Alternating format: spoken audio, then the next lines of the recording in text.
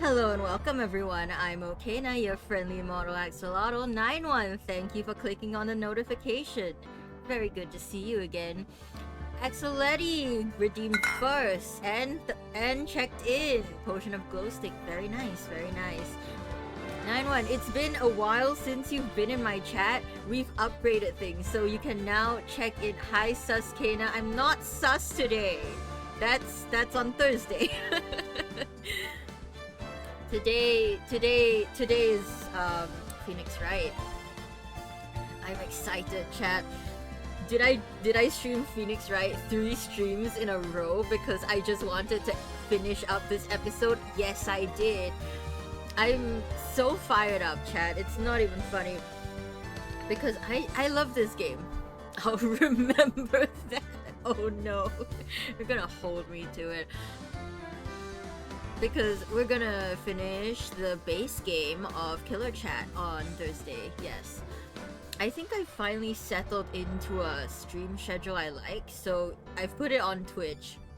It's Tuesdays, Thursdays, Saturdays, and Sundays. So I feel like some kind of consistency would be better for people to know when to find me. So I'm gonna stick with that. But without further ado, let's jump into the game, shall we? Because I've been itching to play this game. Yoink. Not my nose. We're starting off this stream with no nose.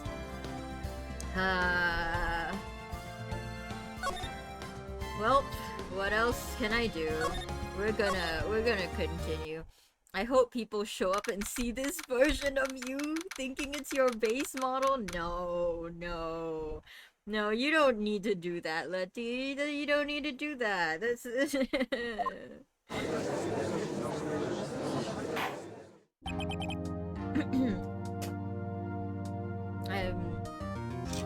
Anyway, Letty, how's your day been?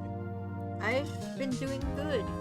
I had breakfast for dinner because I was craving English breakfast, so I made English breakfast for dinner. And I have a honey lemon with me that will hopefully tide me through this 3+ hours of voice acting.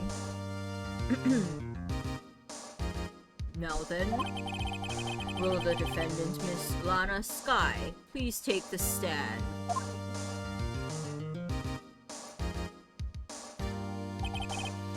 Miss Lana Sky, you are the chief prosecutor. I'm sure you're aware of what is required of you. But, Mr. Edgeworth, you already know everything. You know all that I've done these past 2 years. Oh no. Oh, I remember, chat. A very American breakfast IMO? Wow. Had some pizza flavored chips for a small breakfast? That doesn't count. Letty, that doesn't count. Go eat some protein. Chips does not make a breakfast. You can't just eat that for breakfast, Letty. No, I'll be okay. Nuh-uh. Please provide the court with your testimony, Miss Sky. It was technically after dinner snack. What does that mean? What do you mean after dinner snack? Huh? 9 AM for me, but you work overnight. Oh.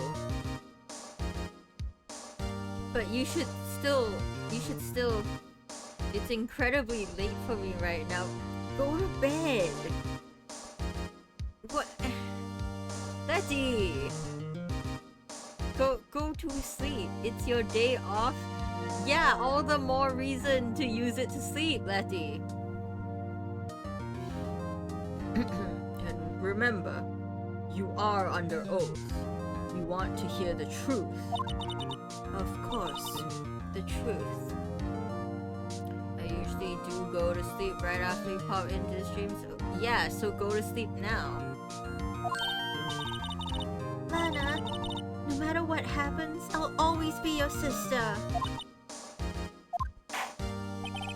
Now then, your testimony, if you will. First. Oh, the music's a little loud, isn't it? First, tell us about your relationship with Chief Gant. Everything hinges on your testimony. You're the only chance we have to get Gant. Come on, Lana, please. Oh no. I worked alongside Gant for years. There's no truth to this blackmail theory. Lana, no! I fabricated the evidence 2 years ago, all by myself. When I found Prosecutor Marshall's body, I arranged the crime scene. My only motivation was to get Doc convicted. It had nothing to do with Emma. Lana, why?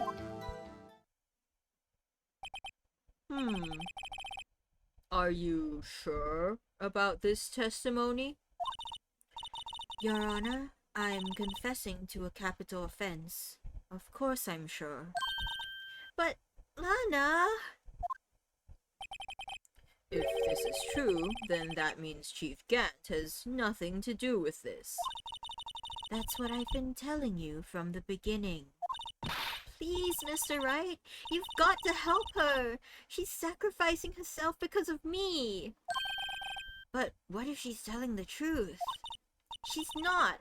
I know my own sister. Emma can read minds. That was in parentheses. That was a thought.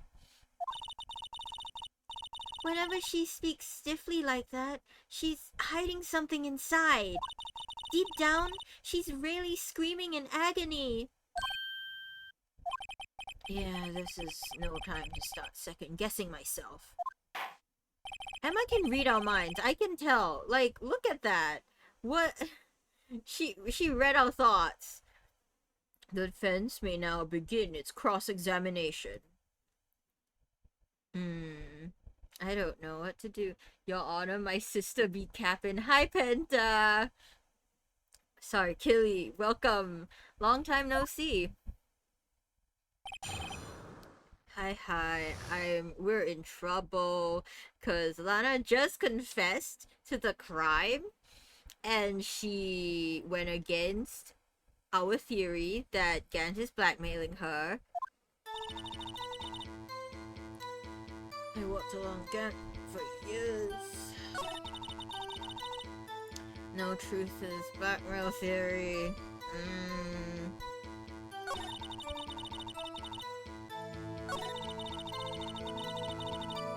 What do you mean rearrange the crime scene? Elaborate, Lana. You say you did this all by yourself? Yes.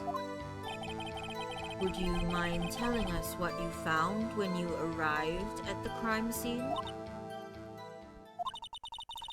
It seems I was the first person to discover the crime scene. The broken Prosecutor Award knife was stuck in the victim's body. What?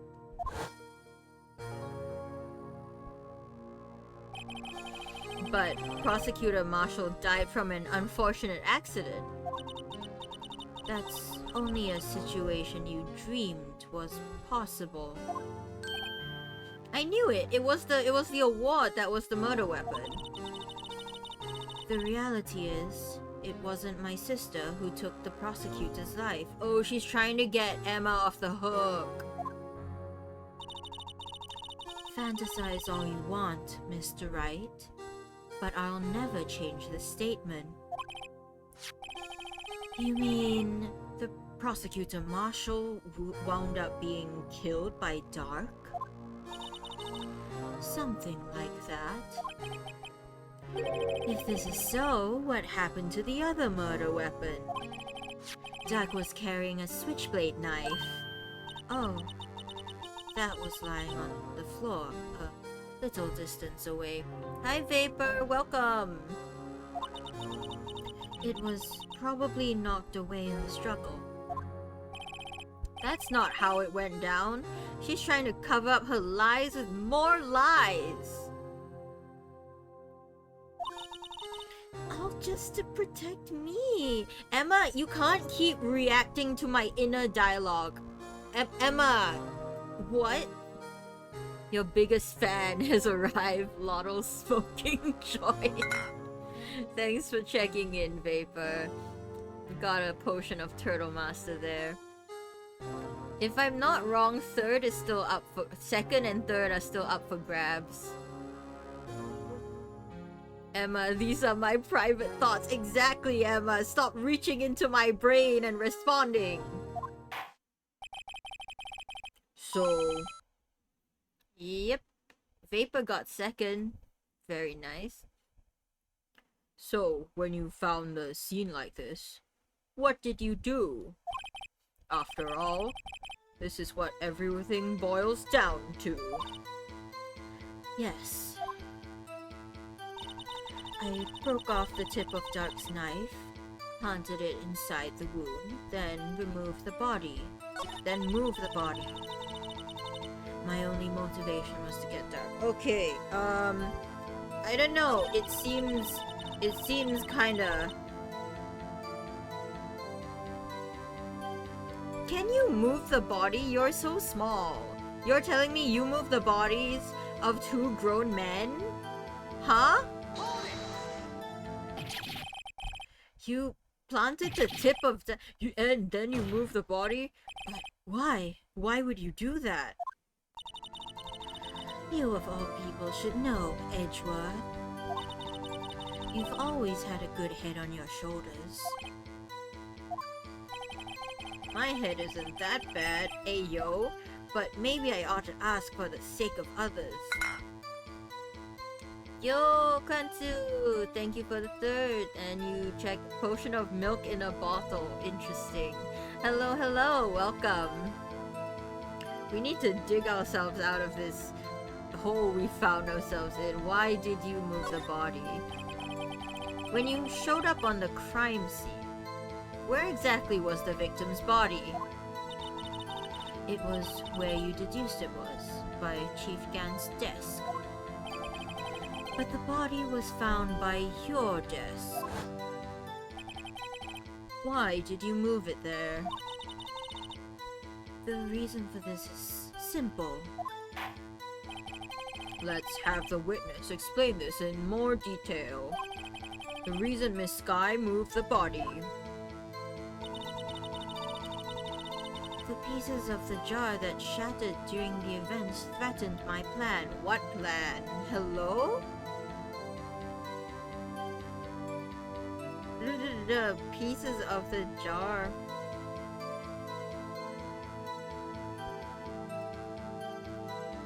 That shattered during the events. This jar?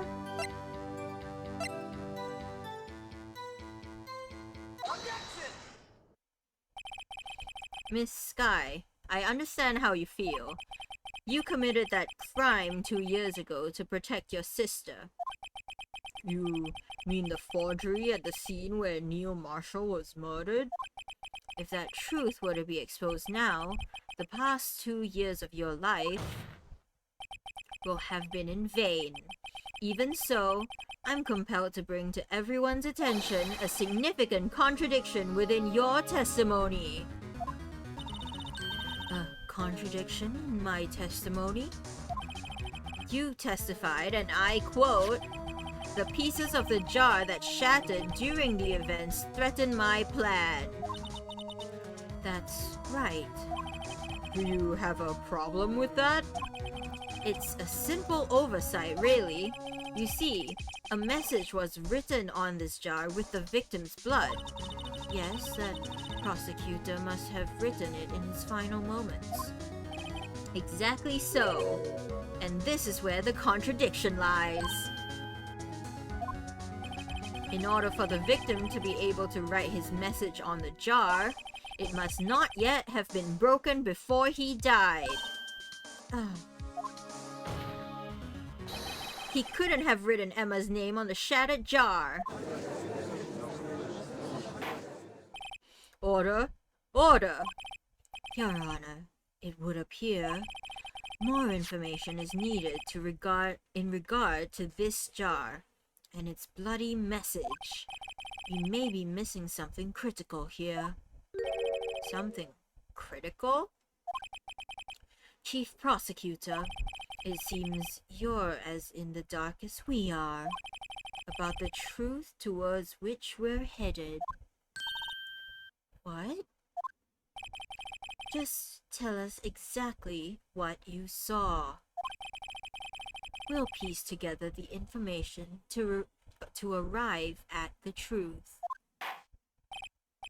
Very well. This witness may now continue her testimony. Ooh, Lana's not happy.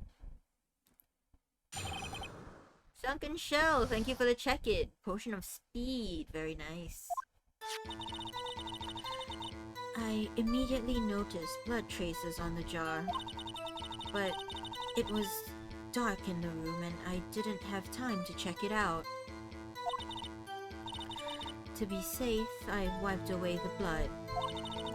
The fragments were large, so I'm sure I got them all.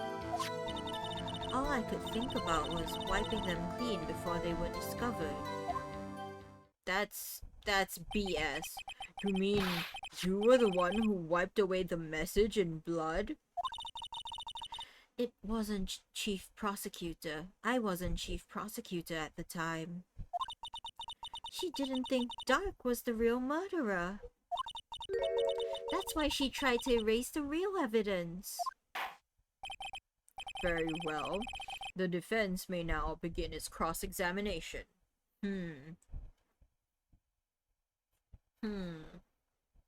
Poor Lana. Yeah, but now we need to prove that she's lying, Shell.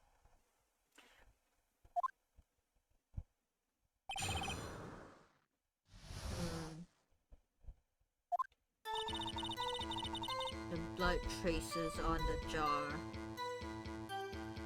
It was dark, you didn't have time to check it out. As defense lawyers do, yes. You didn't have time to check it out, but you somehow saw Emma's name? So you didn't know your sister's name was written on the jar?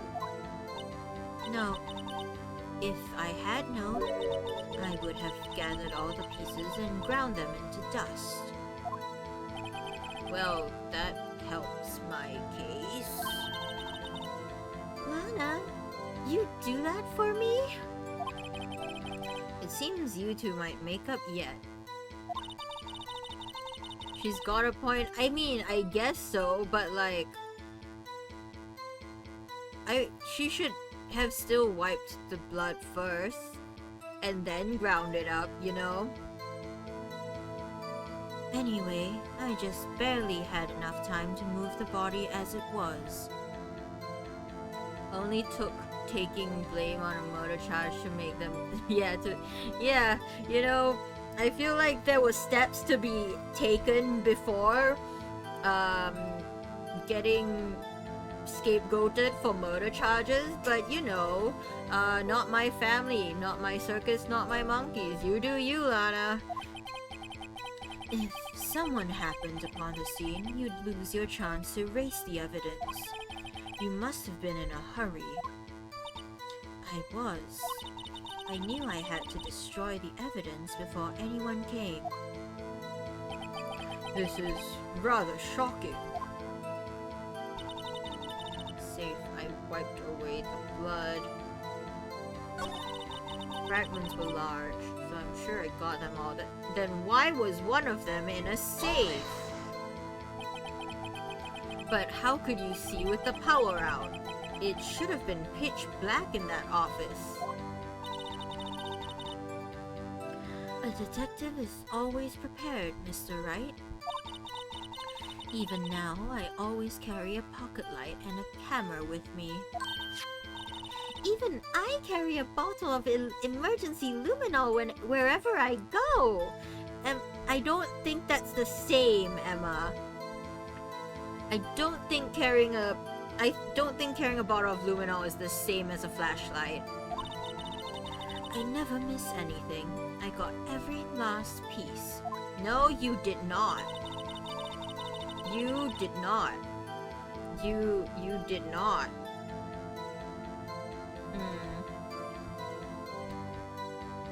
I'm sure luminol is less readily available to the public, but you do you, Emma. I mean, there is luminol in glow sticks, but not... They don't sell them by the bottle. You can get glow sticks pretty easily, but not bottles of luminol.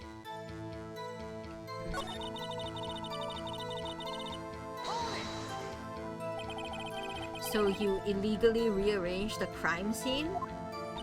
Yes. I don't have any excuse for my actions. Emma came back from the rave and cleaned up a murder. I'm so sorry, Lana. I didn't know. I've treated you so badly all this time. It's not too late.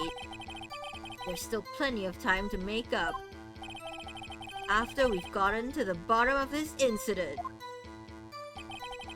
No doubt this day will leave a permanent stain on the history of the prosecutor's office. More contradictions have surfaced in her testimony. Your sister is really putting up a fight. She must really care about you. Still, she's not doing this the right way. I think I finally figured out the contradictions in her testimony. There's one final possibility that might turn everything around.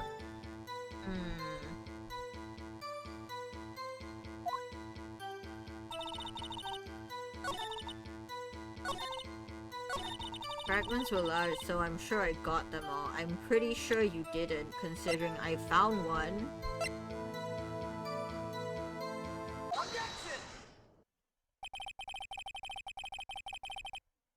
Don't worry about the stains on the prosecutor's office. Apparently Lana is good at getting rid of them. Oh no. Oh no, Killy.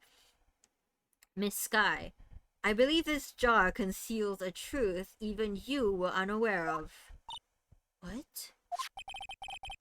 We found the final piece of this jar in Chief Gant's safe. In the Chief's safe? But how? I keep getting the names mixed up. Oh, same for Mia and Maya for me. I knew it. She really didn't know. There's something even more disturbing about that final piece. There was still blood on it. But the witness just testified that she gathered every last piece and wiped the blood off of them.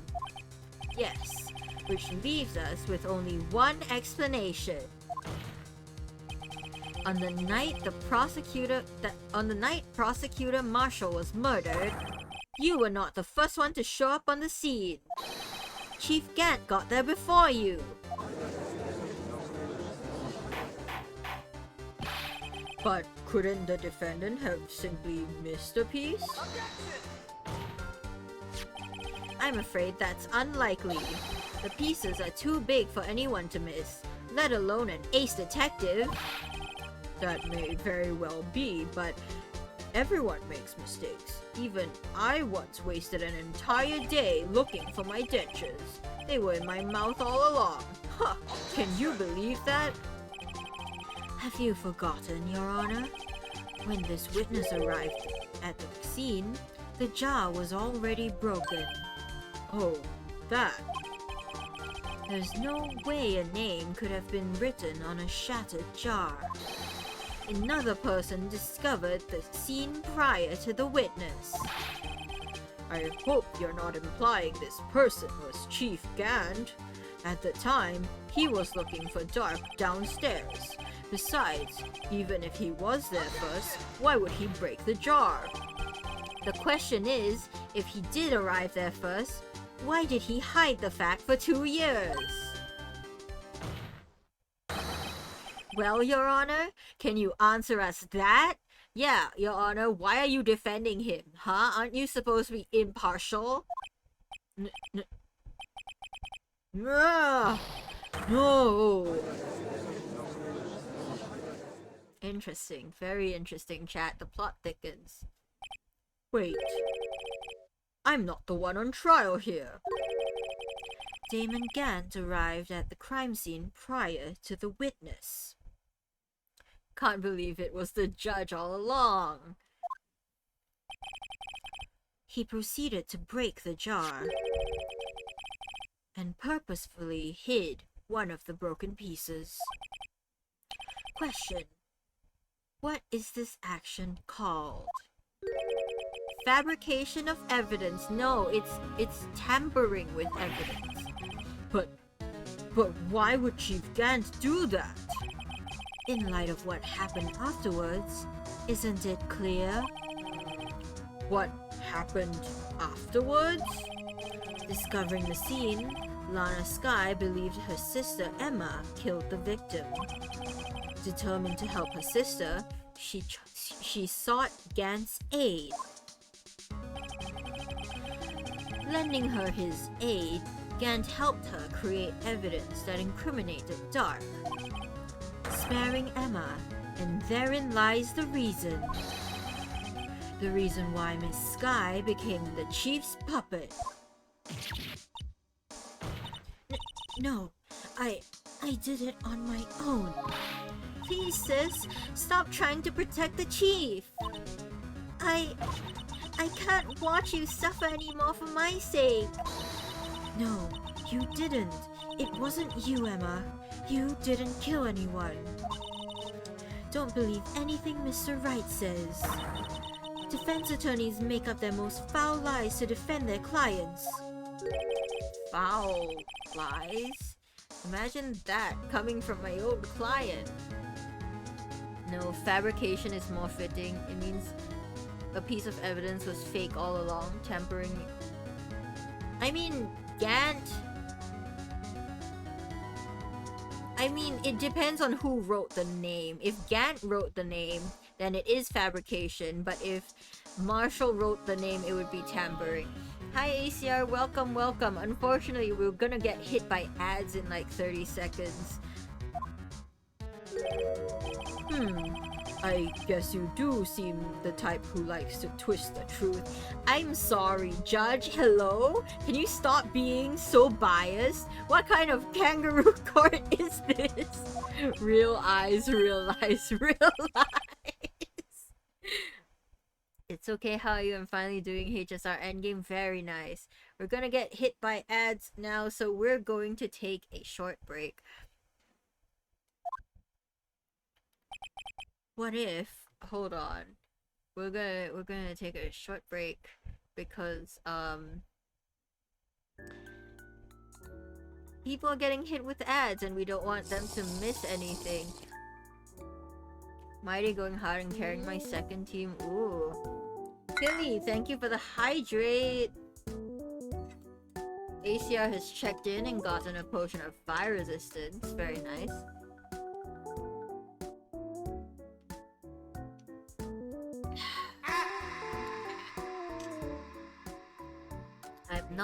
I'm not shrimping.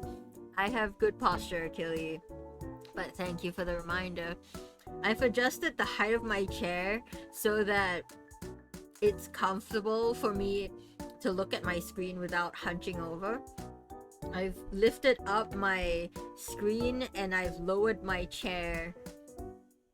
So basically, it's really comfortable for me to just look straight and see my screen, so I don't need to hunch anymore. It's a good way to fix your posture. Okay, so while we're waiting for the ads to end, time for theory.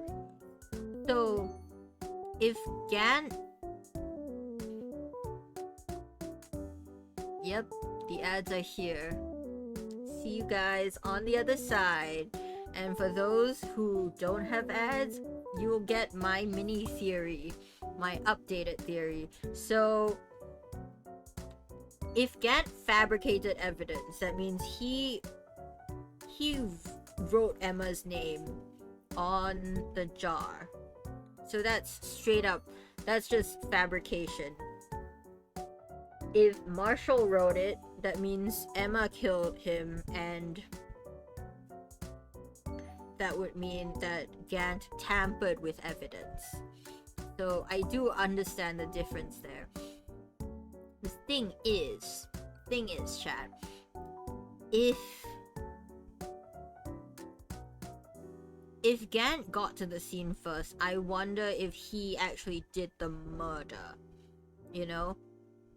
Because Emma fainted, and Emma didn't see someone die yet, you know? Because Emma saw that one scene of someone about to stab someone else, and then she fainted. Which means that the two, both Dark and Marshall, could have been alive when Emma fainted. So at that time, Gant could have come in. He's a pretty big guy, and he's police chief, so he could have done the murder. He could have done the murder.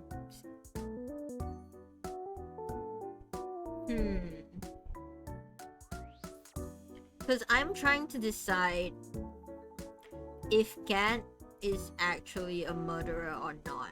Because I think he might be.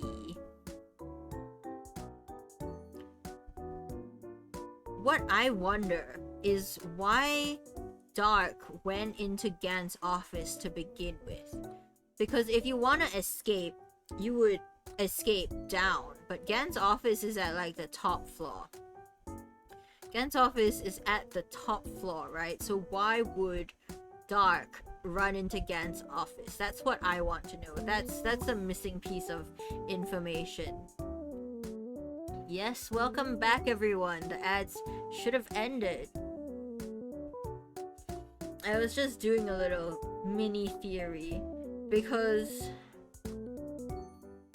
I'm starting to wonder if Gant is the murderer or is a murderer, you know?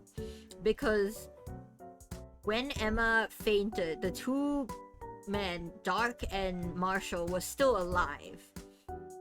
Because Emma fainted, Emma saw the scene with the lightning and then she fainted. So she didn't actually see a dead body. So both of them were still alive.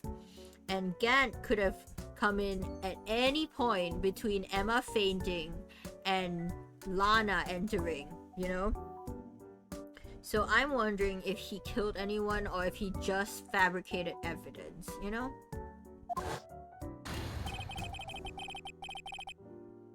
Anyway, we will continue. We're still smack dab in the middle of Gant's trap? Is something wrong, Mr. Wright? Lana may be right after all. What do you mean, Wright? So, you do tell foul lies then, Mr. Wright? Miss Sky, please testify once more. But if evidence was fabricated behind your back, then Emma's accidental killing of Prosecutor Marshall might also be a lie. But I do remember knocking over Mr. Marshall. Yo, thank you for the follow. BGM is still on. Yes, thank you for telling me. I missed the pause button.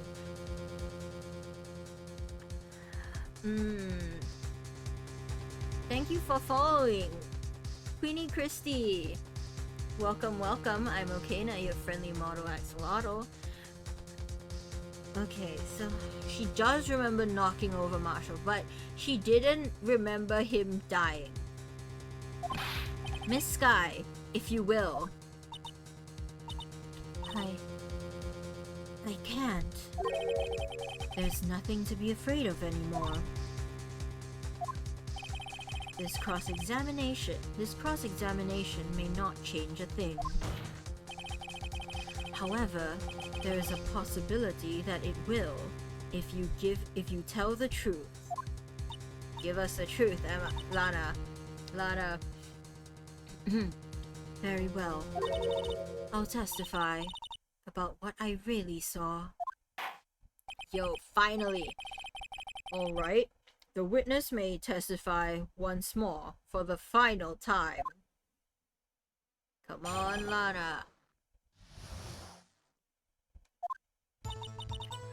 When I arrived, I found Mr. Marshall's body impaled on that suit of armor's sword. Okay. Emma and Duck were lying unconscious on the floor nearby. Oh! When I saw what happened, I thought she did it. That's why I erased all the evidence that linked her to the murder. I had Chief Gant help me to remove the body from the sword and carry it, but if it all really was a fabrication, Emma might be innocent.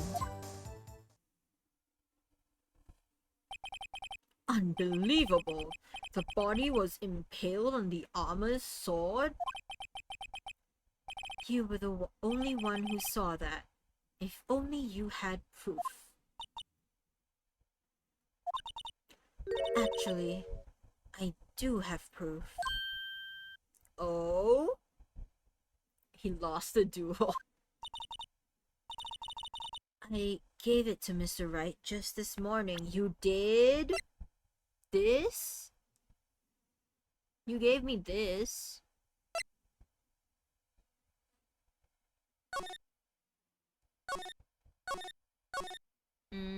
Not that one. This? Evidence law?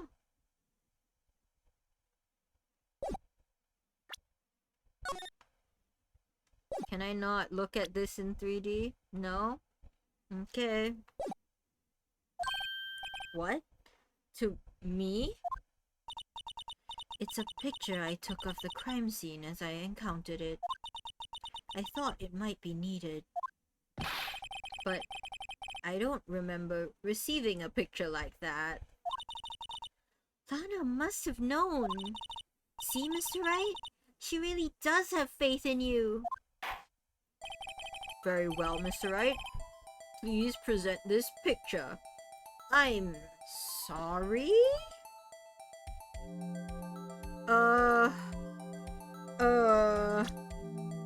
Where's the picture? Is it this? It can't be this. If she had faith, why was she lying all day? With a backup plan. She was more willing to firstly take the fall.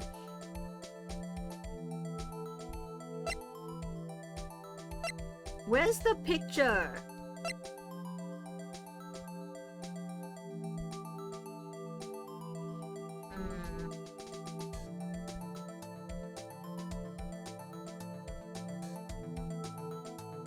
Image on the front with the duck?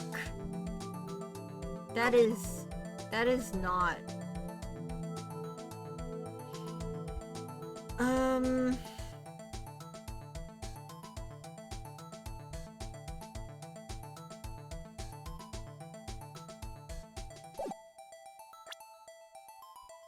Can I not, like, examine?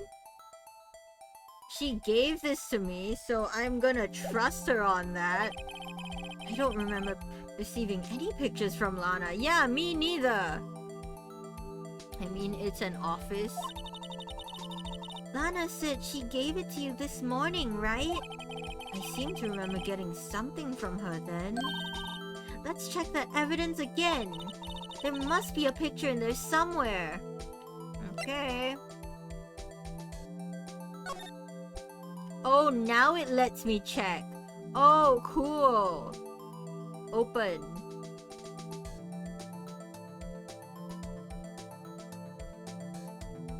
Is that... Hello? Can I not click it?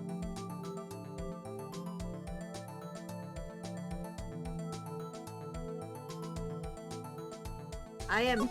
Oh! Yo. Oh! Hey, there's a picture in here. Ooh. Oh. Oh my. This is the actual crime scene. How did he not notice that? Yeah, that's gruesome. It is. Hold on. Little content warning. It's not colored, but haha, YouTube. Haha, don't take my VOD down. Thank you. Anyway. No other detective saw the crime scene like this. Because I contacted Criminal Affairs only after I had rearranged everything. Oof. Mr. Wright! That piece cut out from his vest! Could that be... the cloth we found inside Chief Gant's safe?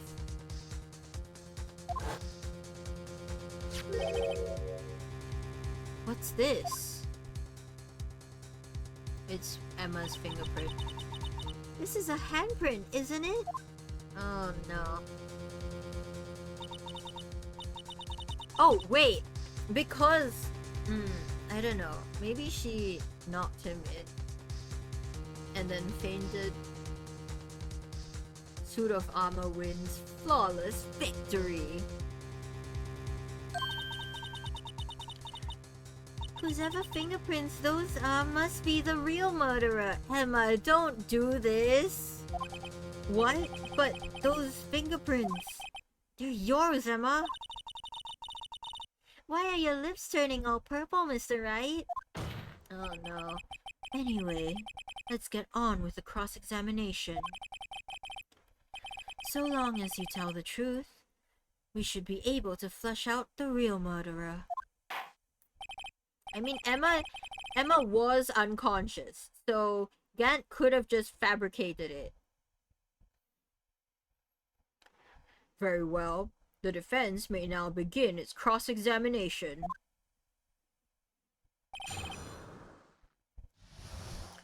This entirely hinges on when Gant entered the scene. When I arrived, Oh, why are you here? Why are you here? Why are you here? Come on, come now, Aji. This is the poorest excuse for a trial I've ever seen. Chief Gant. What now? You think you want to make me out as the bad guy too? If so, I'd like to put in a word or two in my defense. Speak of the devil, and he shall come. I'm afraid it's too late for that. What? You already declined to testify. That means you forfeited your right to make statements of any sort. Thank you. Thank you. Edgy, thank you so much. This must be that risk we were talking about earlier. Just sit back, relax, and enjoy the sound of the noose tightening around your own neck. Grrr. Ah. He got electrocuted. So what? You think I'm worried? You looked worried like 2 seconds ago. Sorry to disappoint you, but I don't need to make any statements. What do you mean? The evidence will do all the talking for me. Even if I can't testify, I can still present evidence. Yes, that's true. Wait, you mean you still have some conclusive evidence? No, I don't, but someone does. Someone? So, what's your excuse, Righto? Uh-oh. Uh-oh. Why have you been keeping quiet about it? You do have something to show us, right? Something that proves who knocked over Neil Marshall, causing his death. Conclusive evidence that leaves no room for doubt. Is this true, Mr. Wright? I plead the fifth. If I show that piece of evidence now, Emma's sure to be made out as the murderer. No. Mr. Wright, if you have any more evidence, present it now. And if you try to conceal anything, you will be the one appealing before the Board of Inquiries. What do I do now? I'd better think this through carefully. I can't afford to make the wrong decision. Oh no. Can I present that piece of evidence? The one that shows who really killed Prosecutor Marshall? Oh no! Oh no, no, no, no, no.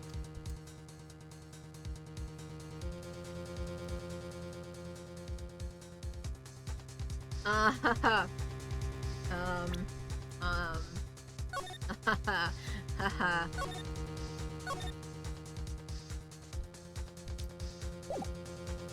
Yoink!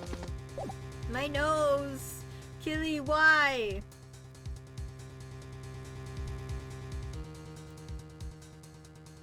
Haha. Your Honor, I have no idea. I have no idea what you're talking about. There's no such evidence. Your Honor, I don't have any evidence I can present at this point in time. What? You lie! Chief Gant? You opened my safe. I know you took what was inside. The conclusive evidence. I don't know what you're talking about. Mr. Wright, why don't you show them? We found it together. Shut up, Emma! Oh, I see. It's because you know the truth, don't you? You know whose fingerprints are on it. That's why you won't present it. What are you talking about, Chief Gant? Can't you figure it out? Take a good look at this picture. I see nothing wrong. See the victim's vest? Notice anything odd about the chest area? It looks like part of it's been cut out for some reason. It proves he was there. It proves Gant is cooking himself. Yeah, there's a sword in it. You mean you had this in your safe? What? That means you, the Chief of Police, have been concealing evidence. This is going to be the biggest scandal in the history of the police department.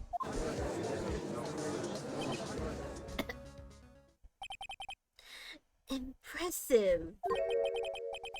To be honest, I didn't think you had the gall, Righto. Well, I can't just let you pin me up as the murderer. I'll tell you what really happened. What?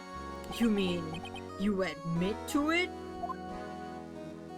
Corruption time? Hi, Ethan. Welcome. It's corruption time.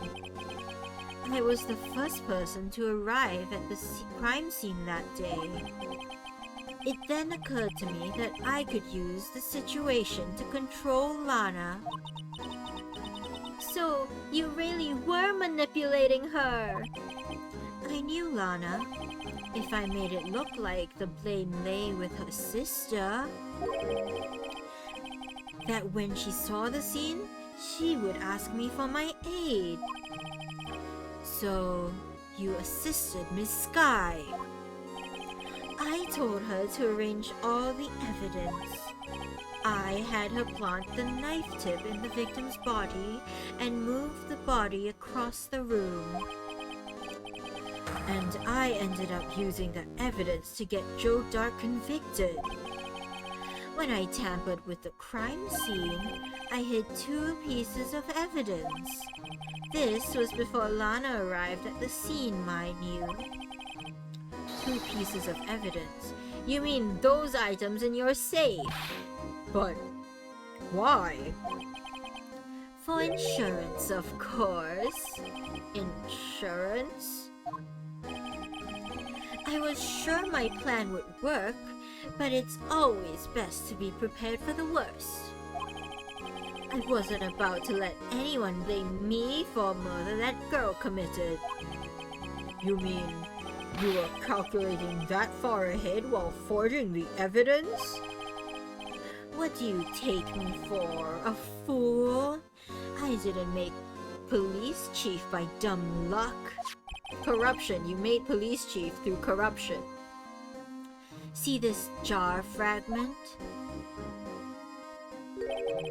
I hid the most legible part of Emma's name.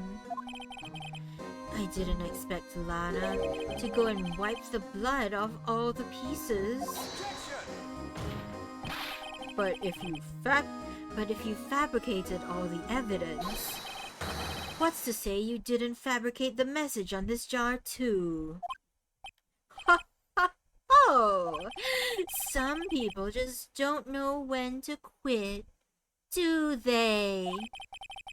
That's why I kept one more item for insurance.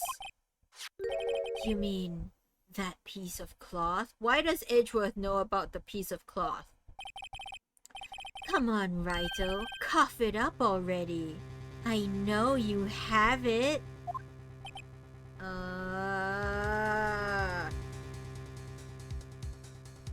No.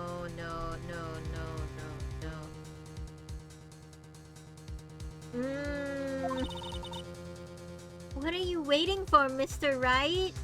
Emma. So, you admit to it then, Chief Gant? That you were hiding the cloth you cut from the victim's vest in your safe? Yes, I admit it.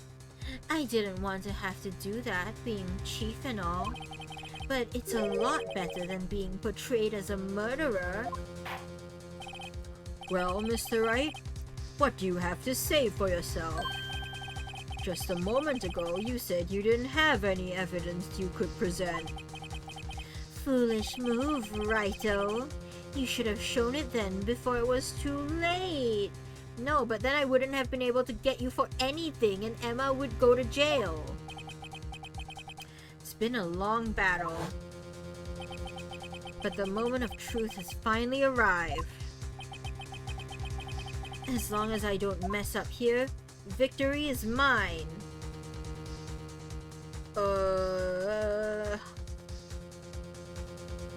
Yeah, I guess we have to, right? We can't keep denying it. The judge knows we have it.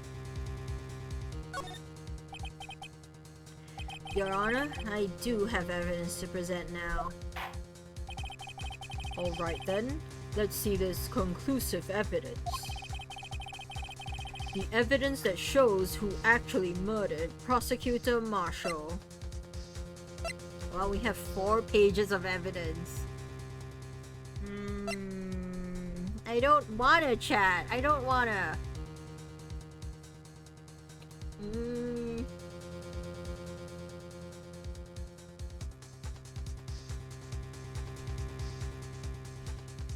Hold on, actually.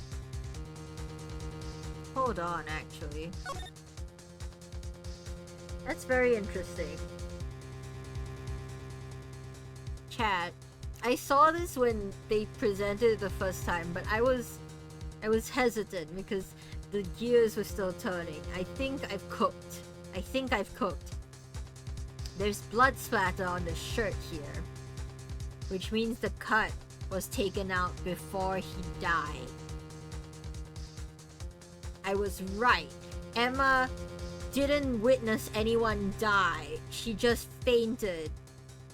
She just fainted, which means that she was unconscious, and Gant could have cut out this piece and used Emma's hand to place a handprint on the cloth, you know? So there's a contradiction. Emma, you idiot. No, Emma was unconscious.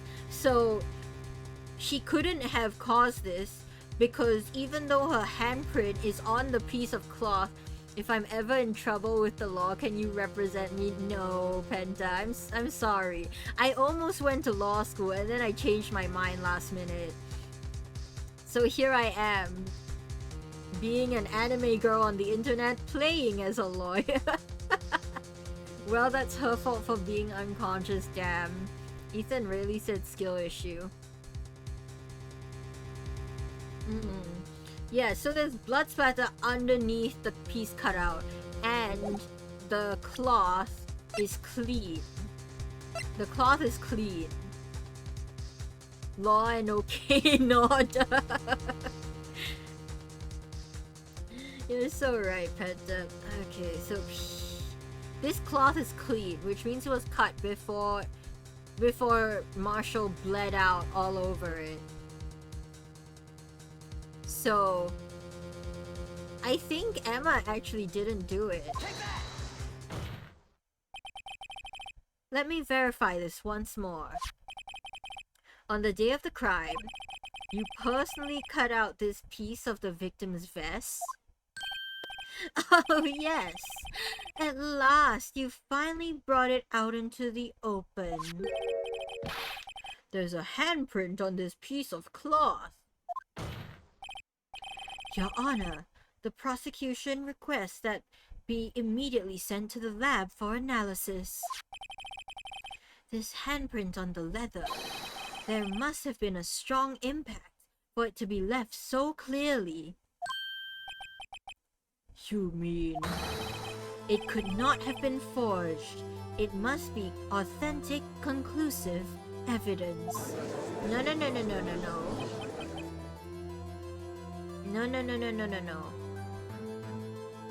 Oh, you're as slow on the uptake as ever, Worthy. What? Think about it. Wright had all this time to present this evidence. Yet, he was reluctant to do so.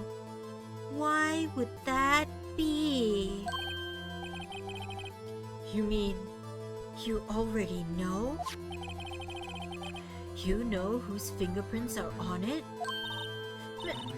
Mr. Wright, do you really know? Whoever the fingerprints must belong to must be the real murderer. I disagree, Judge. Whose fingerprints are they? Hear me out, Aji. Listen up, Aji. It's not what it looks like. Emma, the one time you don't read our mind, at least read the room. I know, right? There's no blood on it. There isn't. It's clean. Very well. I'll tell you. It should be okay now. Everything's proceeding as predicted. Fun fact, chat. There were many majors I almost took. I almost became a med student, and then I almost became a law student. I kind of wanted to pursue criminology, but they didn't offer that at the university I'm attending, so I settled on something else. But I almost had a very different life from the one I do now.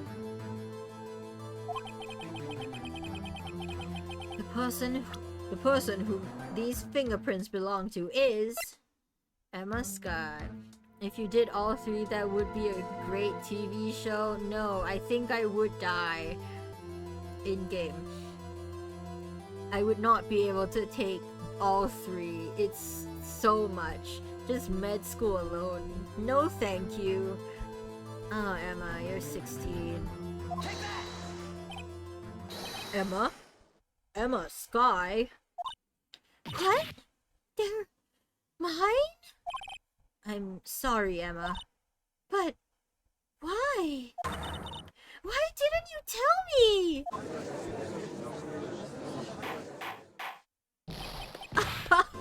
Oh, you're really something, Righto. You knew this girl did it all along, and you still tried to pin the murder on me. So it's true. Tragic, but true. This girl really did shove Prosecutor Marshall to his death. How could you? You monster! Miss Sky? You knew whose fingerprints those were all along, yet you acted like she really didn't. No, let me cook, Miss Sky. It's not over yet. What? I said this trial isn't over yet. Ha! But I'm afraid it is over, boy. Not only this trial, but your career too. You purposely concealed this conclusive evidence. That, my friend, is a serious offense. I'm looking forward to pressing charges after the defendant is convicted. I'll have your badge, boy. What's the matter? Cat got your tongue? Aren't you going to tell us how it feels? How it feels to be the one who single-handedly turned a poor little girl into a murderer? Before I do that, there's just one little thing I have to clear up. Oh? And what's that? Who really killed Prosecutor Neil Marshall? What? Chief Gant, you are absolutely right. This piece of cloth proves who the real murderer is. Who killed Neil Marshall, you ask? It was Emma Sky, wasn't it? I'm afraid that's not possible. You see, this piece of cloth contains a critical contradiction. What? A contradiction? What is this fool babbling about?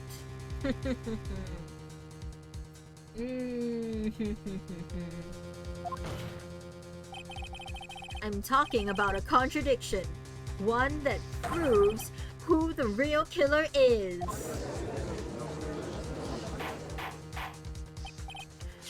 Mr. Wright, this piece of cloth, what could it possibly contradict? Chief Gant, your tyrannical reign ends here. Behold, the piece of evidence that contradicts this cloth. It's the picture. And what exactly is this supposed to be? This is the picture Miss Sky took. Take a good look at it. See where the piece of his vest was cut out? Yes, his shirt is showing underneath. It's hard to make out with all the blood on his vest, though. Exactly my point. His chest is soaked with blood. That's only natural. His lungs, no doubt, were punctured. Blood poured out of his mouth. Oh, but that piece of cloth. It's clean, chat. I called it.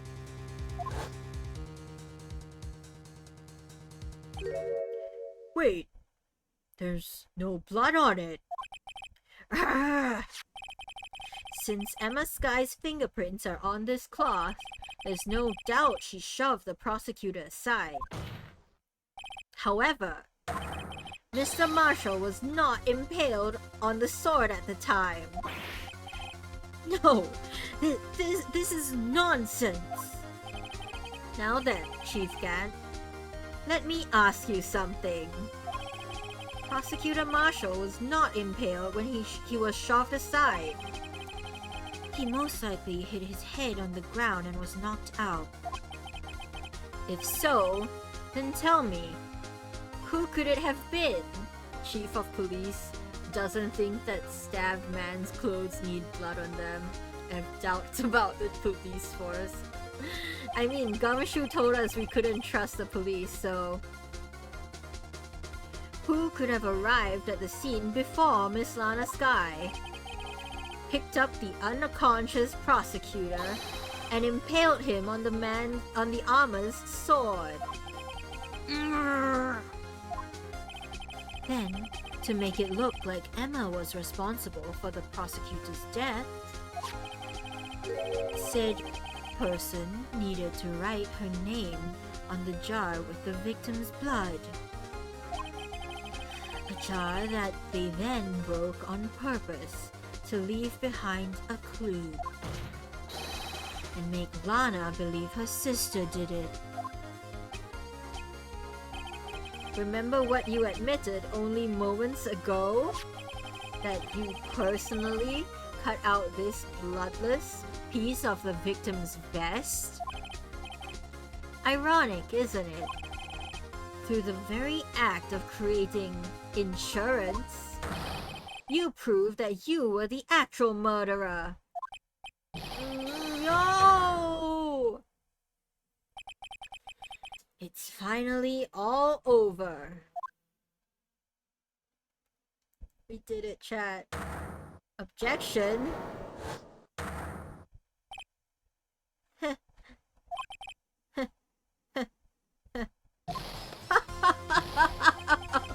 That was close, Raito. You almost had me. Sorry, but you'll have to do better than that. I refute your allegations. What do you mean you refute his allegations? You see, that piece of cloth is illegal evidence. Order? Order? What nonsense is this? Illegal evidence cannot be used to convict the suspect. Remember, Aji? Earlier, old Raito here concealed that piece of cloth.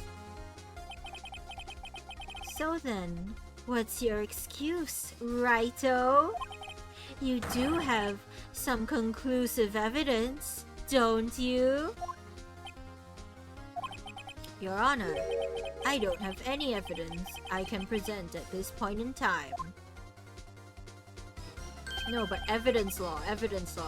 Well, that's true. The defense did refuse to present evidence. That moment, that piece of cloth ceased to be legal evidence. But that's not fair! Did you actually think you could pest me in court? It looks like the last laugh's on you, son.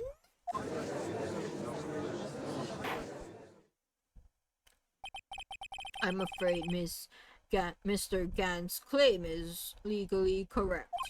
Well, Mr. Edgeworth? True, illegal evidence cannot be used to convict a person. Assuming, of course, that the evidence is indeed illegal. Well, Mr. Wright? Evidence law. Evidence law. It seems, at last, Evidence law. Evidence law. we didn't have approval yet. And it wasn't relevant at the time. It was neither approved nor relevant at the time. It was fine. It's fine. The time for me to review my plan has finally arrived. It has to be, right? Mr. Wright, do you admit to it? That you purposefully and illegally concealed this piece of cloth? I did not. I admit, I refused to present it at one point. So, the evidence is illegal. Nuh-uh. No, it isn't, Mr. Gant. Huh? It's not that I didn't present evidence back then. It's that I couldn't. What do you mean you couldn't? There are certain procedures involved when presenting evidence. No, Archie, don't listen to his lies. He's nothing but a coward. You can't really believe that. There is only one issue left to be resolved in this trial. Is this evidence legal or not? Very well. Let us settle this once and for all. Earlier, you refused to present evidence. If you can prove your conduct was not in violation of the law, then do so now.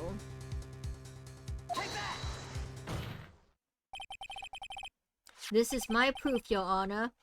Evidence law. What's this?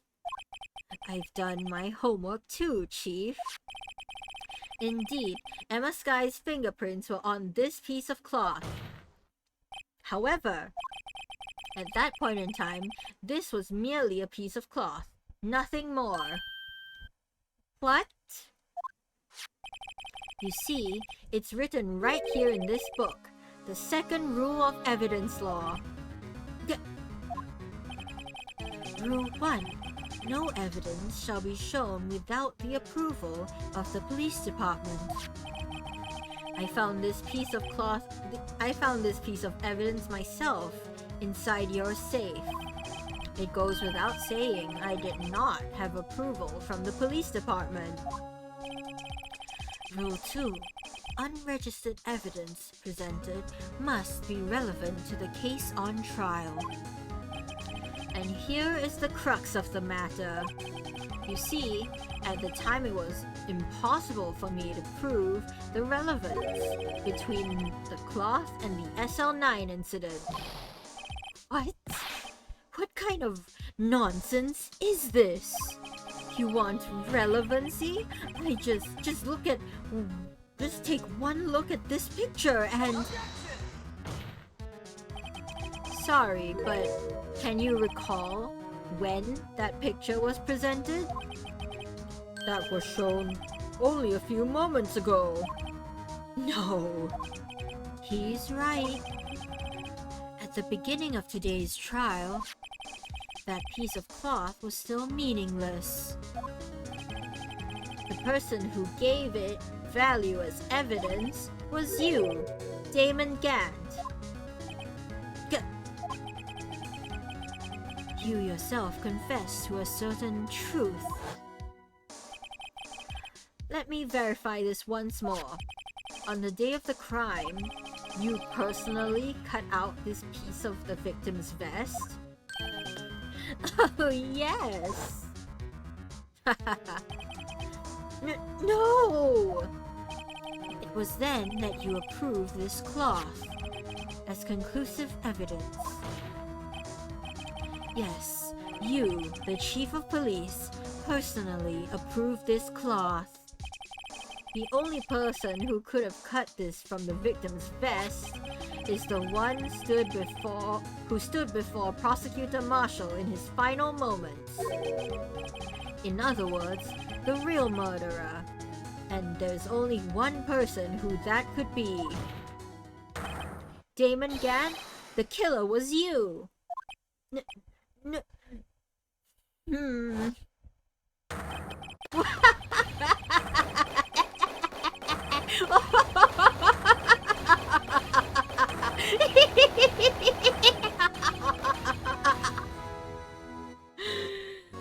Man, I did that in one breath.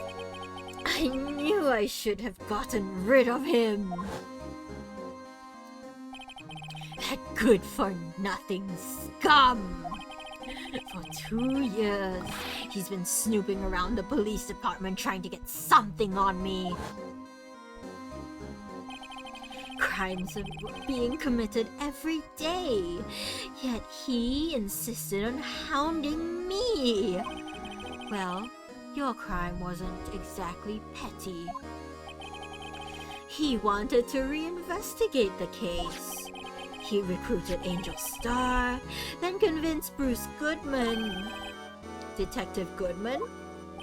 Yeah, that's right. If the evidence is transferred, I'll lose my only chance to find out the truth. Please, you've got to help me. Goodman turned him down, as he ought to. Still, Jake Marshall didn't know when to quit. He stole Goodman's ID card and tried to take the evidence. Goodman came to me that day. He wanted to file a lost item report. I went with him to the evidence room. Then all of a sudden, he decided to speak out. What are you talking about, Goodman? Can you please reopen the investigation, Chief? We can't transfer the evidence out. There are too many questions left unanswered.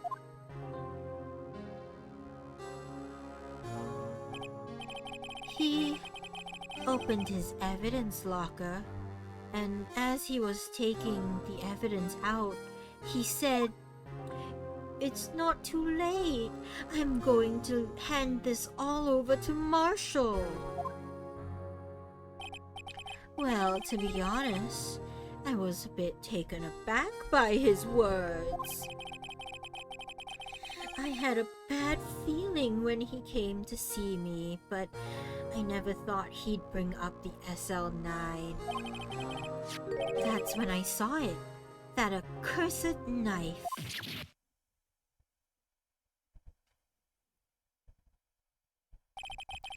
I couldn't just pull it out. Doing so would have only led to more blood, making it near impossible to hide your crime. Even so, the blood was just pouring out. I didn't know who might stumble in, so I hurried to wipe it up. I was worrying so much about the floor, I didn't realize my fatal mistake. The bloody handprint. The bloody handprint on Detective Gumshoe's locker. I used to be known as the crime computer.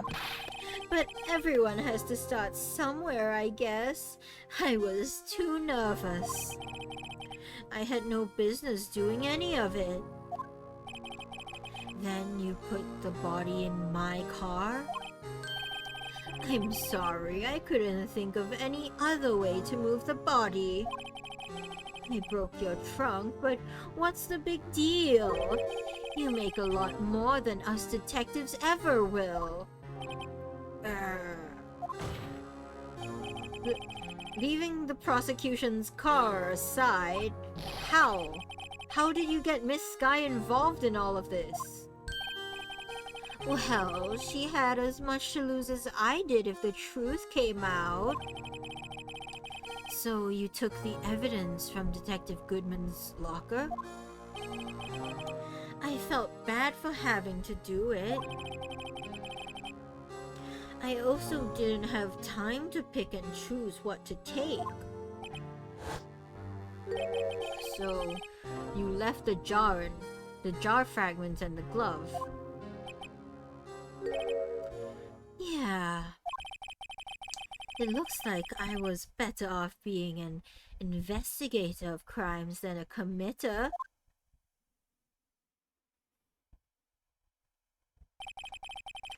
They all did their best to get in my way. I've got to hand it to them. They do their jobs well, much to my dismay.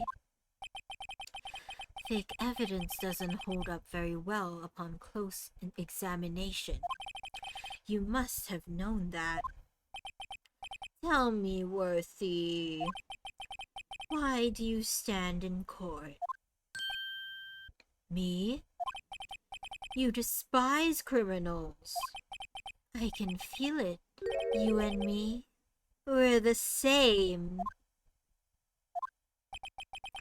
One day you'll understand. Oh, believe me, you will. You're just one man. You'll see what it really takes to bring them down once you try and go it alone.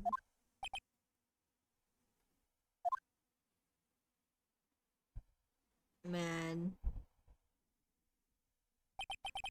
Well, looks like it's time to say goodbye.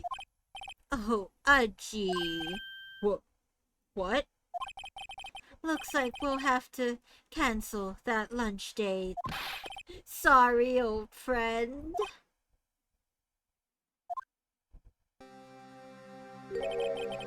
I'm sorry too, Damon Gant.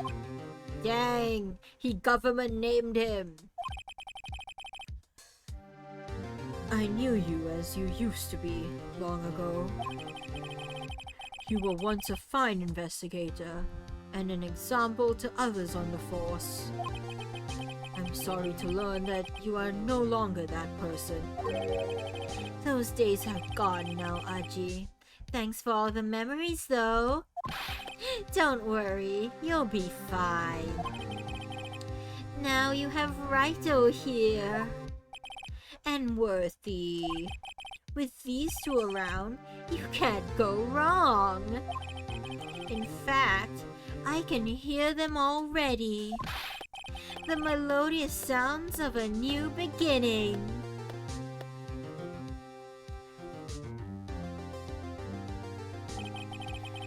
There are two things I want you to understand. Yes? First, your sister never hurt anyone. Second, Damon Gant betrayed you from the beginning. You see, Miss Sky, you no longer have any reason to keep silent. You're right. When this trial is over, I'll tell everything. And all I've done these past 2 years, from the time I had Gant help me forge evidence, up until today.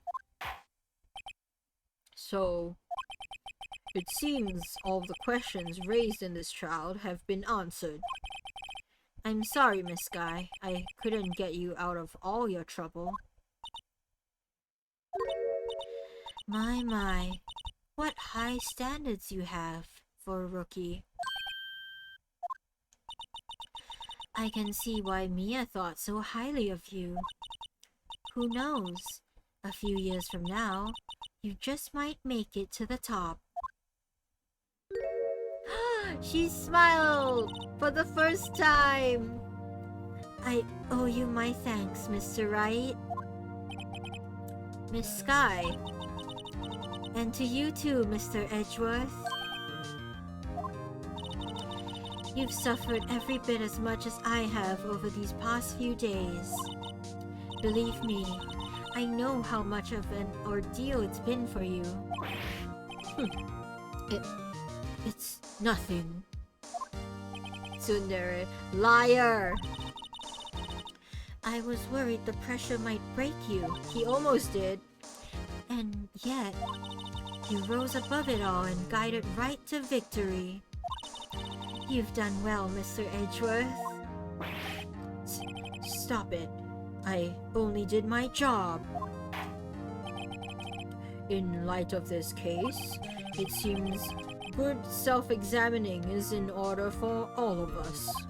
Miss Sky? Yes, Your Honor? You are innocent of murder. However, although the chief blackmailed you, the fact is, you still acted as his accomplice. That is true. That is true. So, she's still probably gonna get charges. A trial will be scheduled for these crimes at a later date. Yes, I understand, Your Honor.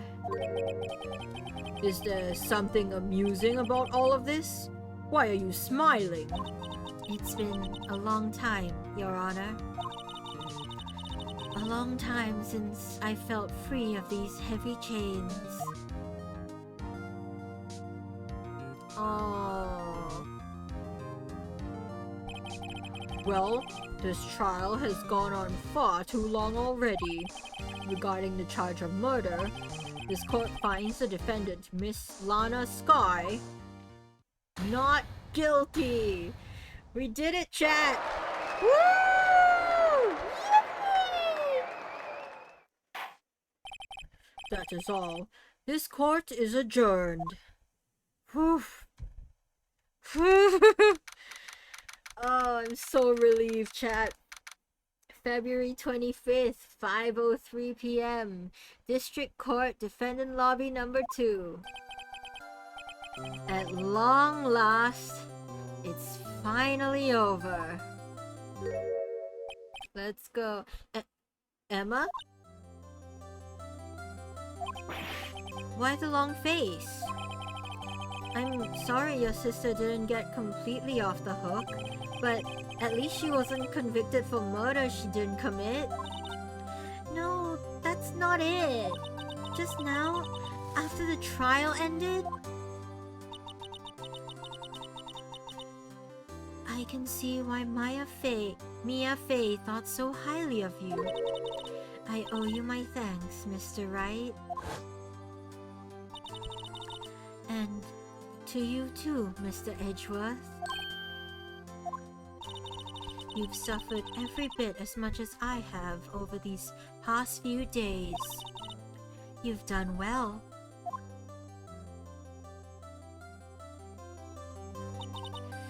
You know, I did my best too, but Lana didn't say a single word to me. I hope I'm not interrupting anything, pals. You very much are. You very much are, Gumshoe. Oh, yes I am. I'll come back later. Wait, Detective Gumshoe, what is it?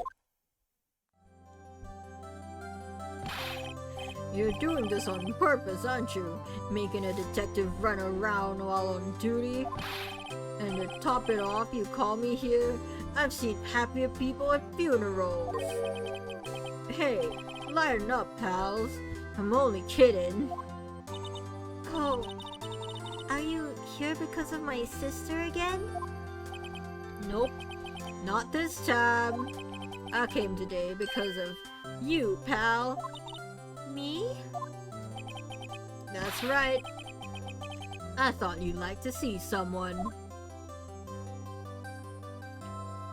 Lana! Lana! Should you be doing this? She's still under arrest, you know. Well, I won't tell if you won't. Emma, I owe you an apology. It's okay, sis. Don't worry about it. That day, 2 years ago,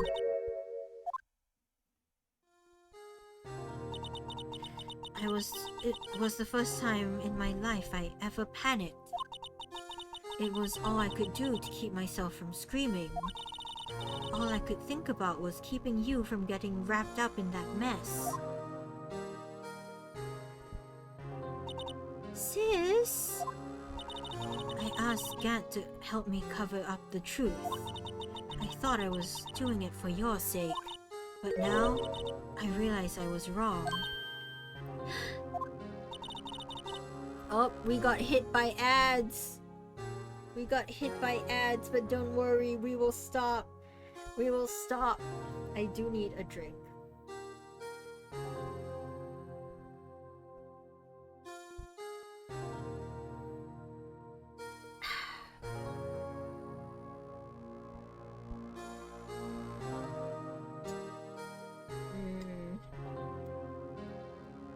I wonder when Mia and Maya are coming back.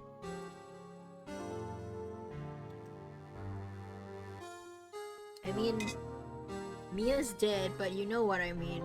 She's still with us in spirit, very literally.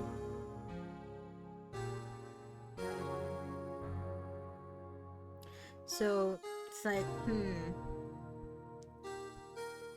I don't know. I do miss them. But I really enjoy this. I really, really enjoy this case. It was long though. Like, sheesh. This spanned how many streams? I've lost count. So many hours. But I do enjoy this.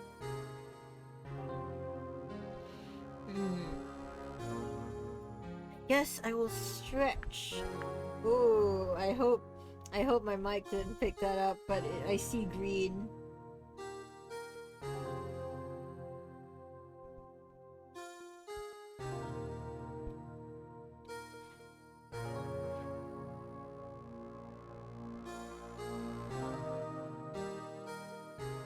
Stretched. I was so locked in. I'm surprised. Okay, some of my theories panned out, some of them didn't. Like the glove fake fingerprint theory did not pan out.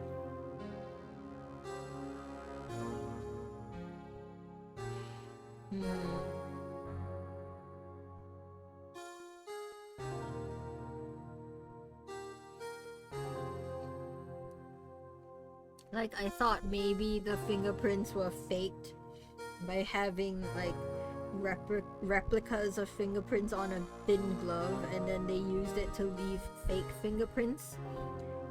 Perhaps that's too convoluted, because then every set of fingerprints in the upcoming trials would have to be questioned, and that wouldn't make good evidence, so it's not a mechanic.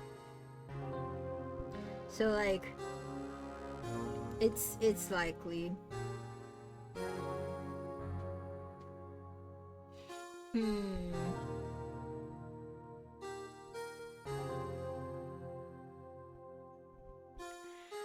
Is everyone back? Everyone's back. I changed after that day. I had to.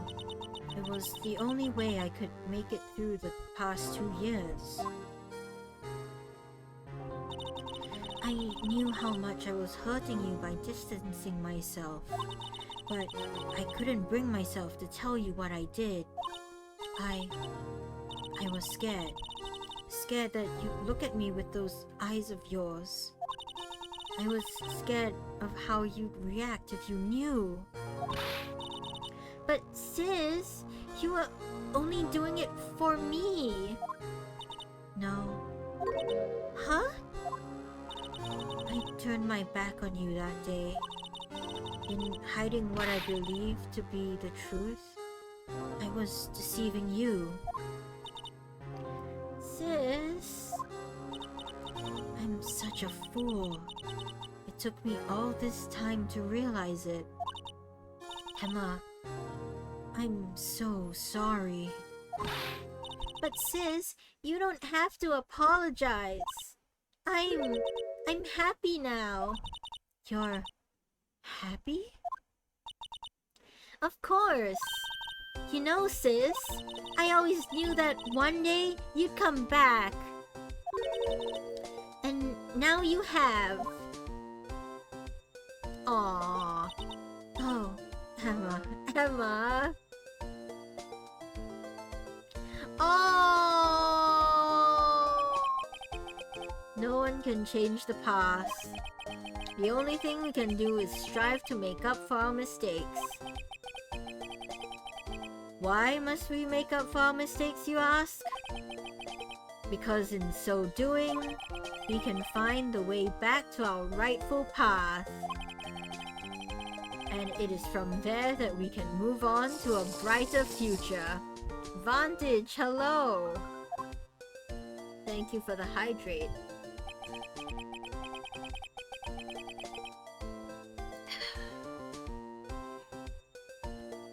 At least that's what I felt watching the two sisters make up.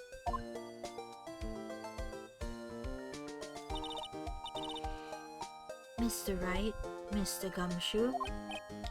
Me? Thank you both for all that you've done.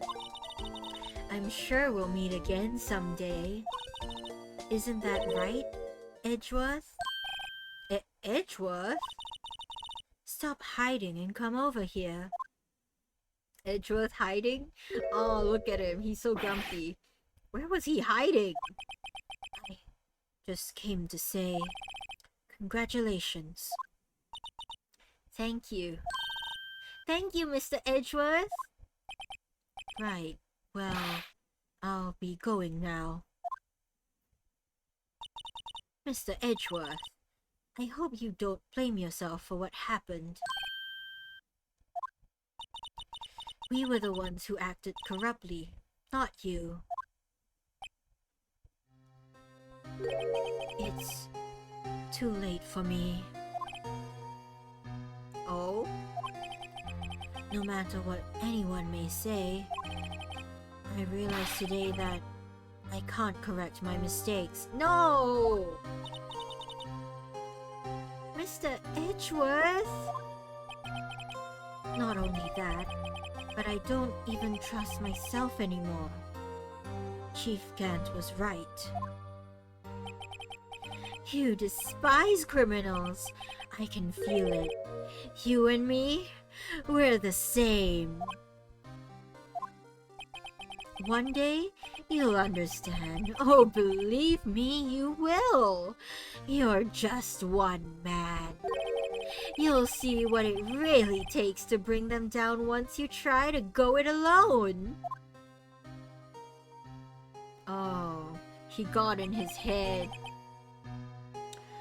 I do despise criminals. I planned to dedicate my entire life to fighting them. But in order to fight crime on my own, I need a weapon. It's scary, but I've known that to be true for quite some time now. But Edgeworth? Who knows? Given enough time, I might have tried to pull something like Chief Gant did. That thought terrifies me. That's why I can't continue on as a prosecutor. Edgeworth, don't you understand? Damon Gant and your mentor, Manfred von Karma, were both the best of the best when it came to fighting crime. But they both made the same mistake.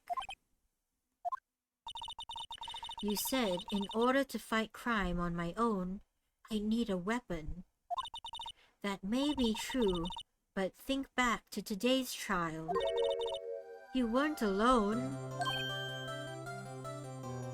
Aw. You were working together with Mr. Wright. Yippee! And because of that partnership, you were able to present evidence that otherwise would have gone undiscovered. Isn't that right, Mr. Wright? Huh? What? Oh, yeah. What is this, a pop quiz? Pay attention, Phoenix. Lock in. Come on, Mr. Wright. Show him what Lana's talking about. Evidence, huh? Evidence, huh?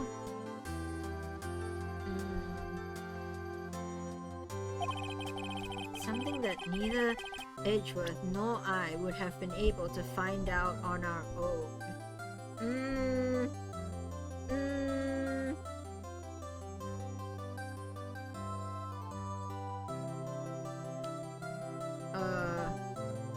Evidence list, right? It's the half and half. That's not it. Take that! That's the picture I drew. Our counterattack began with this. You had one half of the evidence list and I had the other.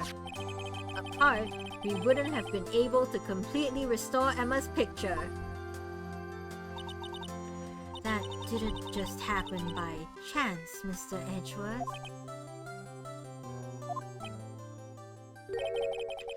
It's time for me to go. Mr. Edgeworth? If you'll excuse me, there are still some loose ends that need wrapping up. Take care, Chief Prosecutor. Edgeworth, what will you do now? Well, whatever you do, just remember. You can let what happened kill the prosecutor in you, or you can let it help you grow.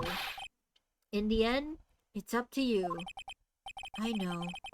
It seems I owe you my thanks too, right? But what I face now is my problem.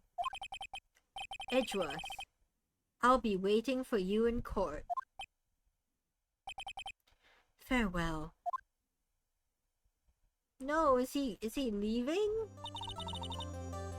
I'd better be going too. Okay, but I'll be by to visit soon. It seems we both have a lot to learn and catching up to do. Here, this is a little something for you. Scientific investigation? It's the first book I ever bought. Study it well. Thanks, sis. I will. Aww. We're gonna go to the next game. We're like halfway through a stream. So we're not ending stream just yet, chat. Don't worry. And so, another case came to a close. As for the sisters, I have faith. Aww. Faith that their lives have only just begun.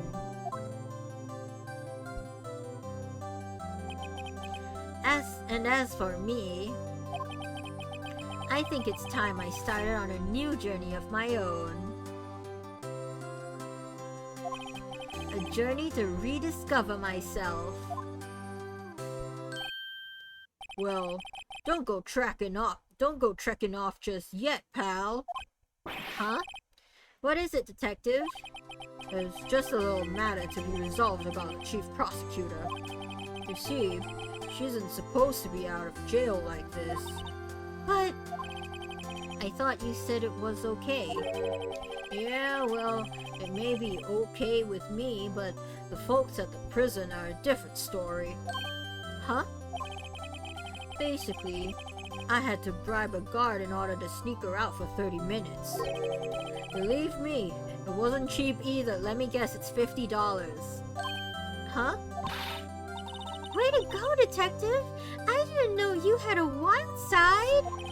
Yeah, well, you see, Mr. Wright here is the one who'd be footing the bill. Huh? Huh? What? You think I could afford it with my salary?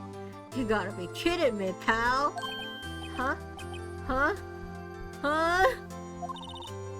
Thank you, Mr. Wright! You're the best! Why is it? I suddenly feel like I want to scream. Hey, I got an idea. Why don't we all go pay it off together? Yeah, that's a great idea! Come on, guys, let's go!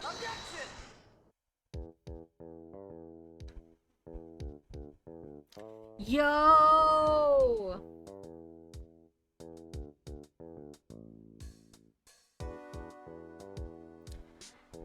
I arranged for a friend of mine in Europe to take care of Emma. She'll be pleased to study. What? As for me, this affair has pretty much ended my days at the prosecutor's office. Still, I'll manage to find my way back. I'll be able to investigate crimes together with Emma. Yay! These go too fast for me to read in voice, so I'm gonna read them in my voice. This takes a lot of planning. Kudos to the writers. This is amazing. Yikes, I thought I was a goner for a moment there. In the end though, they overlooked my unauthorized investigation of the chief's office. If we penalize you any more time, it'd be worse than firing you. Yep, That's what they said. Just goes to show you can't shake me off that easily. Yay, he keeps his job. They did such a good job. They did. This game, it's a classic for a reason, and we're gonna continue because we're only halfway through the stream.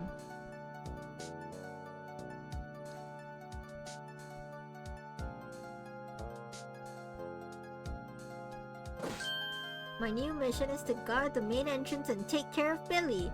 Can you believe it? I've been demoted to security guard. My partner's keeping an eye on the entrance for me today. Who's your partner? I'll show them though. Someday I'm going to make detective. Yes, sir. Then I can be just like that Dick Gumshoe. Is that your benchmark, Meekins?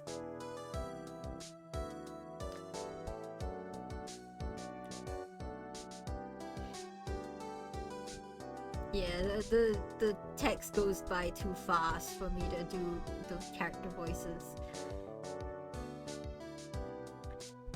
Oh, not you.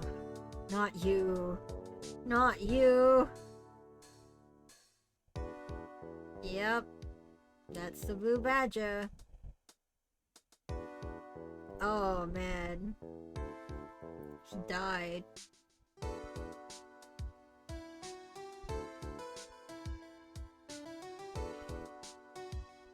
Game is so cool, and I heard we get more mechanics in the next one. What is it? Can't you see I'm having me a showdown with a steak lunch partner? Miss Star managed to sneak this into me.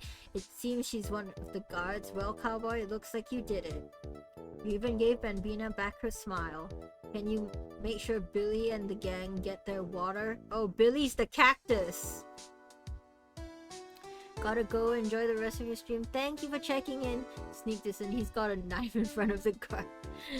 Bye, Killy. Thank you for joining in. Looks like we won't be seeing each other for a while.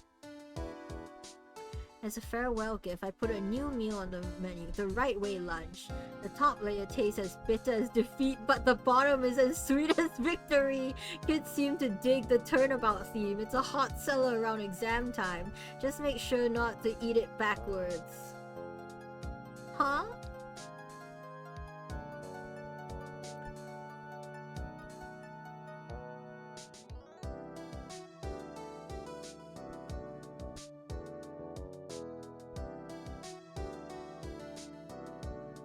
I'll never forget what that young defense lawyer said after the trial.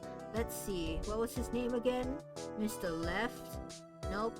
Anyway, he said he's been doing something or other for how many years? Well, anyway, I've got another trial to get to, so I'd better be... Huh? Oh no, I forgot my gavel. Sorry, gotta go. You are so incompetent, Judge.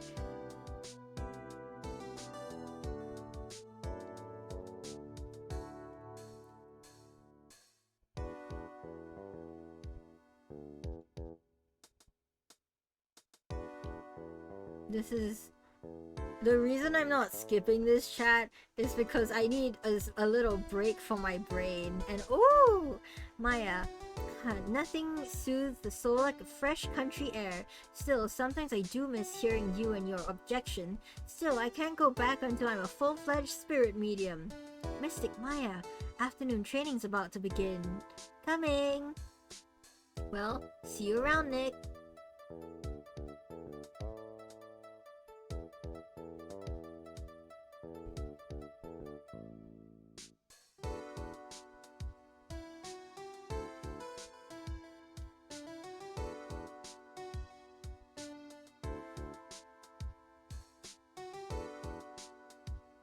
I love these little cutscenes in between.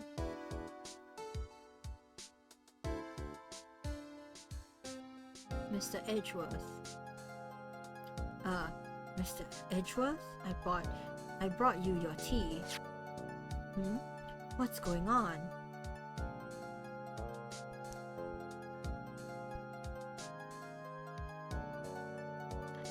Oh, is it Edgeworth resign? He went through with it?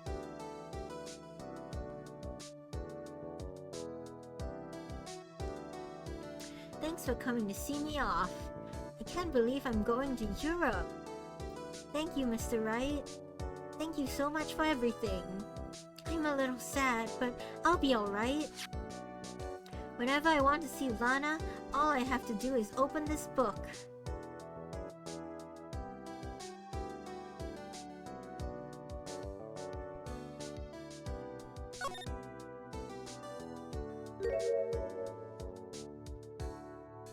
Oh, oh, oh, baby Lana and Emma. So small, both of them. They look identical.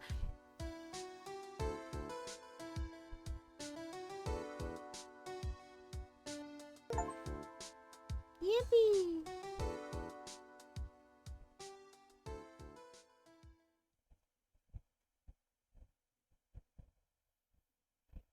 Does it go directly to the next game? I wonder.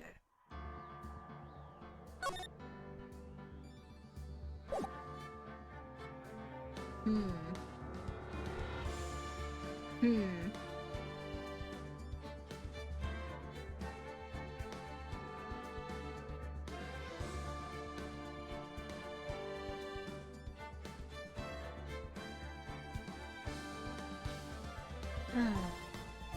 Yay. Do we do justice for all? How do we do this? How do we do this?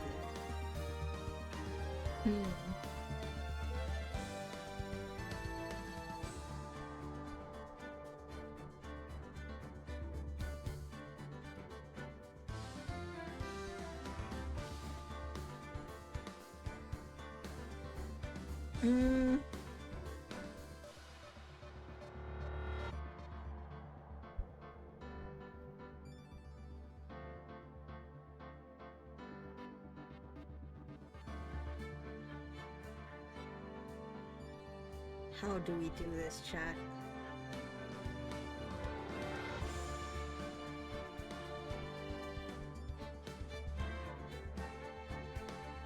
There are 14 episodes, right? Hold on, it's a little scuff. We'll switch over to here first. Give me a moment. What do you guys think? Was it good?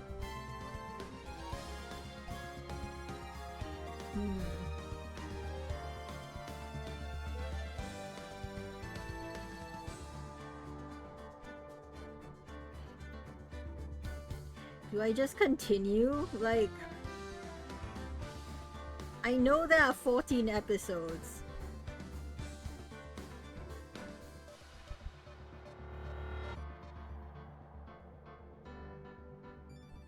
Do I just... It didn't save anything.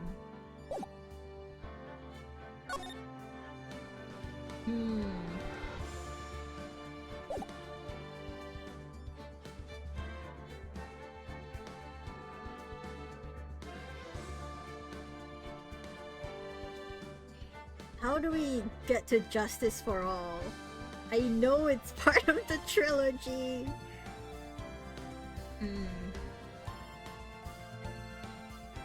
We just continue.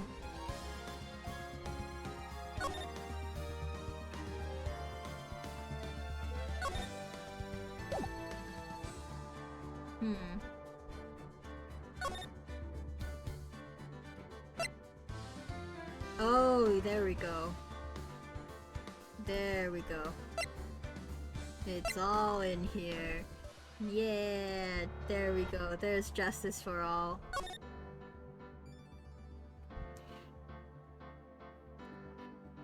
Okay, I think we'll take a short break first though, chat. I do need to go to the washroom, so we'll be right back.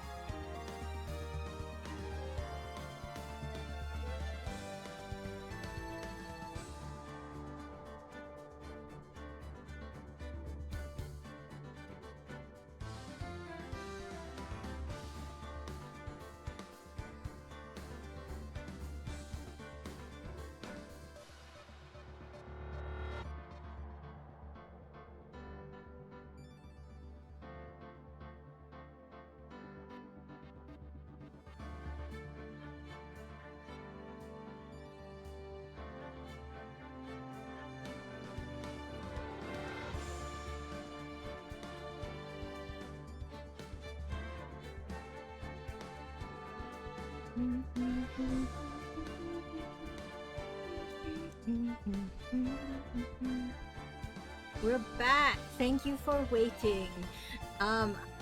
Okay, so I want to talk about how recently my mod Ale wrote a parody to Mr. Brightside and asked me to cover it. So we recorded that yesterday, and it's just in my head.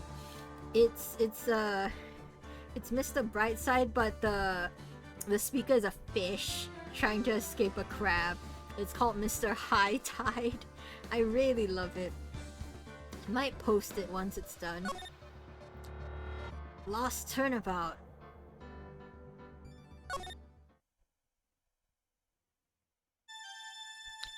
Oh? Oh?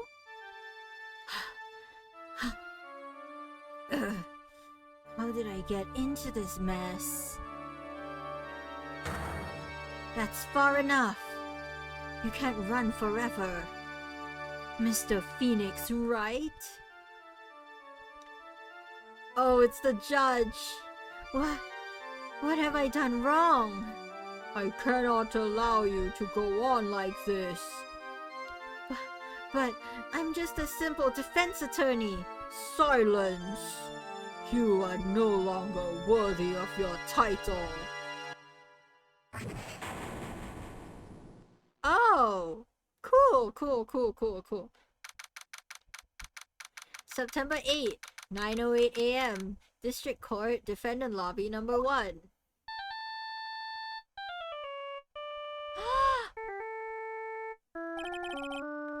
What a nightmare.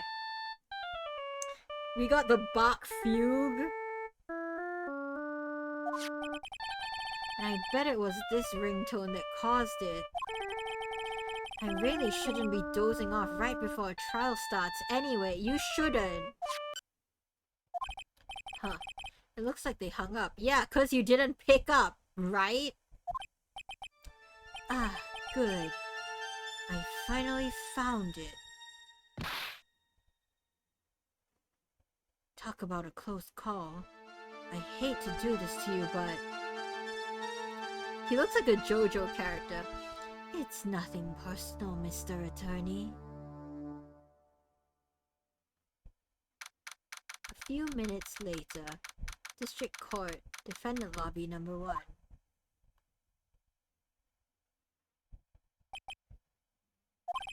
Ouch. My head, it's throbbing. And why does it feel so foggy in here? Good morning! I need to come up with a voice for her that I can do. Knowing me, this is the new accomplice that we have. Our new assistant.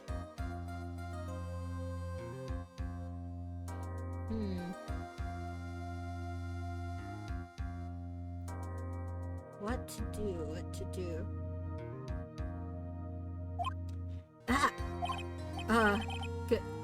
Good morning? What's wrong? You don't look so well. People are at their best first thing in the morning. Where's that fighting spirit? I'm not my best first thing in the morning. Sorry, but can you please turn the cheeriness down? My head sort of hurts. Roger that. Am I in trouble or something? Huh? Trouble? Wait, never mind. You're a policewoman, right? I thought maybe I had done something wrong? What are you talking about? I'm the one in trouble. What? Birdie. Bye. Birdie. Birdie. I'm gonna call her Birdie because that's what I read first. I'm placing my life in your hands today, Mr. Phoenix, Wright? Life in my hands? You promised me! You said you would prove that I was not guilty! Not guilty? Just when I thought all hope was lost, then, and when all other lawyers had laughed me off, leave it to me, you said. You, the one and only Phoenix Wright, came to save the day. And just like that, I was moved to tears, sir. I'll never forget what you're doing for me, ever. What is this girl babbling about? Actually, I really love to watch court proceedings, and I'll always root for you to win. When I'm off duty, I like to come here and... Huh? What's wrong? You've been acting really strange and you keep staring at me. You're making me kind of nervous, sir. Oh, sorry. I'm afraid to ask, but here it goes. So, this might sound bad, but who are you? What? Mr. Wright, how can you say that? How can you do this to the fragile heart of a girl about to go to trial? You're absolutely horrible! No, I mean, I didn't mean it like that. Is this how a defense attorney treats his client, sir? I can't believe this! No, it's just... Well, I think you have the wrong person. Yes?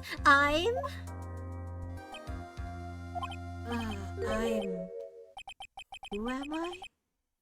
Why am I drawing a blank?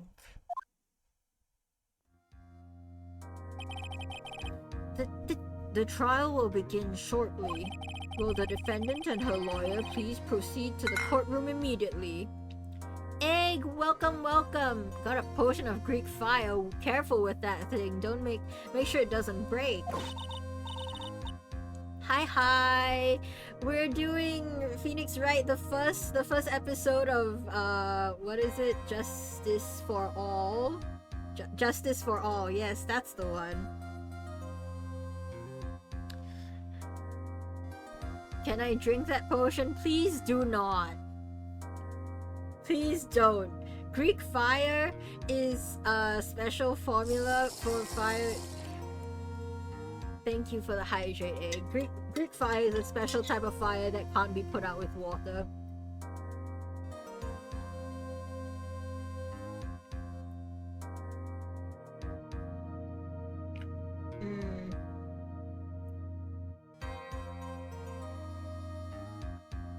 The trial's about to start. I'm counting on you there, okay? Good. I get to be like that one Elmo gif. I don't think that's a good thing. Don't look at my emotes either. I have one of those. I guess I must have amnesia. Let me see. What can I piece together? From the sound of things, it's probably safe to say that I'm a defense attorney. Oh, he forgot. Oh, he completely forgot. And that girl said I'd prove her not guilty. I can't believe I made such an irresponsible promise. This is indeed Find the Room on Fire. No! Someone, please! Tell me this is just a bad dream? Why do I get the feeling this is one dream I won't be waking up from?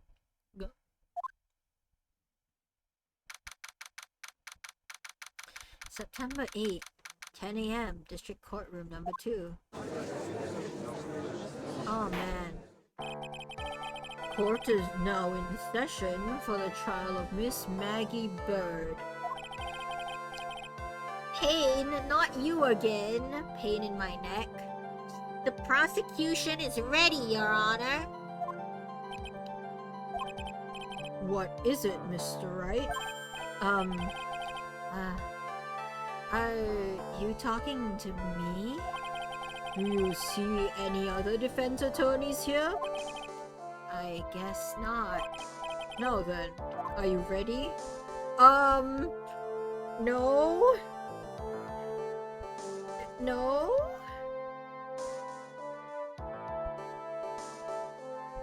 Hmm.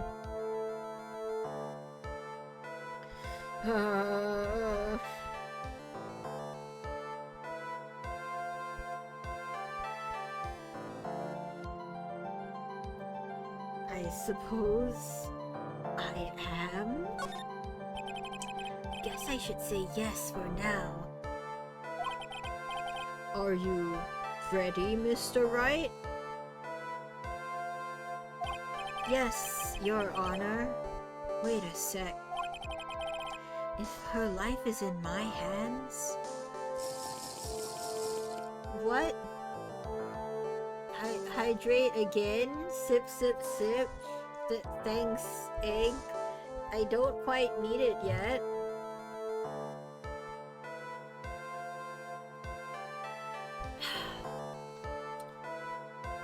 Down goes this potion of Greek fire. Oh no.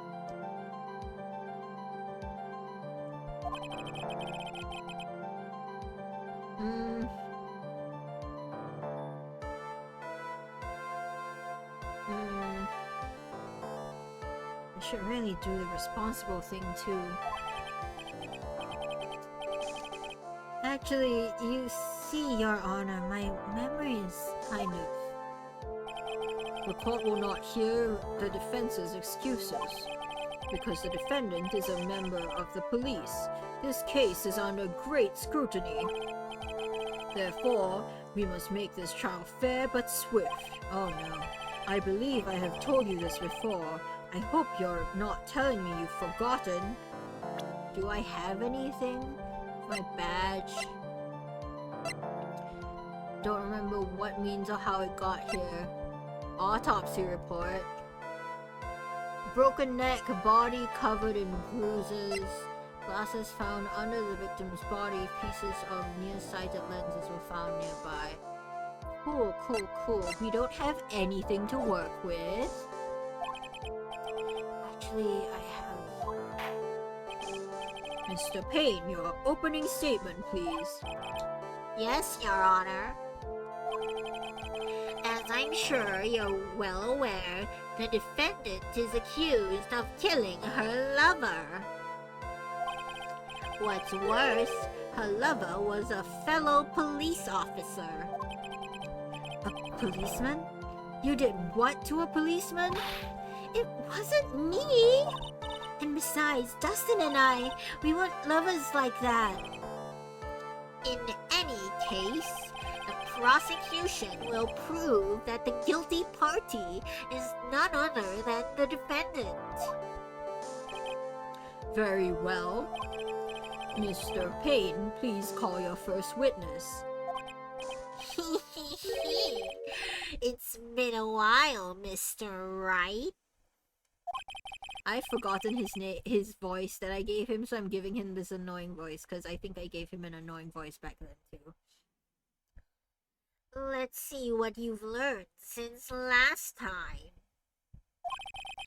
I won't show any mercy this time, rookie. What do you mean, rookie? We have quite a few trials under our belt. Give him the nerd voice. I gave him a nerd voice. Okay, and who are you again? The prosecution calls Detective Dick Gumshoe to the stand. Here we go. Don't let me down, Mr. Wright. Nowhere to hide. I'm so dead.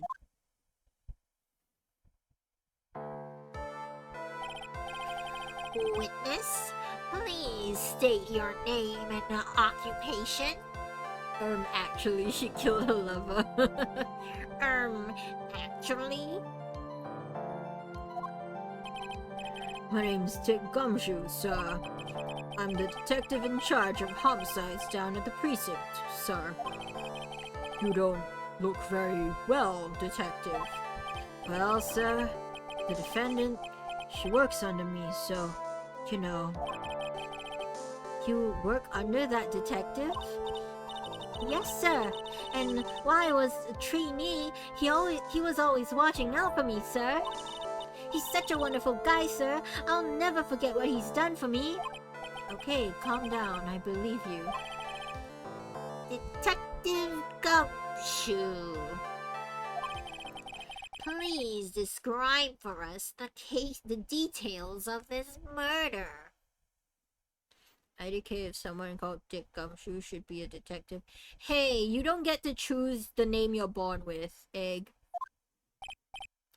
Yes, sir. It happened at the park near headquarters. Expose Park. The victim was one of the local cops, Dustin Prince. True, but still. He was pushed down from the benches on the upper path, sir. The Lannon beat his body up bad and snapped his neck. The details in the report that were distributed yesterday. Ah, yes. This autopsy report, correct? Why do I not remember getting a copy? We have a copy. We have a copy. Body covered in bruises.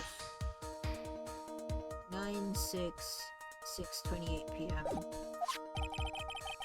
I see everything is in order here. Even the estimated time of death is unusually well documented. The victim's watch stopped from the impact of the landing, sir. The result of the autopsy confirmed the time of death. If I may, Your Honor, the prosecution would like to submit this photograph. Very well. The court accepts it into evidence. Crime photo added to court record. Now then, I recall yesterday's preliminary hearing. A very important piece of evidence was brought to our attention. I sure hope there's a reason for our amnesia and we get to unpack it later. I don't want to forget everything. Yes, Your Honor. Yes, sir. Yes, I guess? Mr. Wright, is your head on right today? It isn't. There was a very crucial piece of evidence found under the victim's body. Was there? Have you lost your mind? Well, actually. Hey, Mayor, welcome! We finished Ace Attorney and now we're playing Justice for All. It's just nurse. Give me a second. What? How can you talk like such an amateur? I thought you were a pro, sir. All right, sir. I'll help you through this. At a time like this, maybe you ought to glance at the court record. Court record? Yup. Info about evidence and people involved with this case are all listed here, sir. You can look at the court record by pressing tab.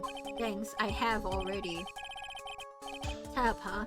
You really know what you're talking about, don't you? For context, Phoenix has lost all his memories. He doesn't know who he is. And we're just in trial now.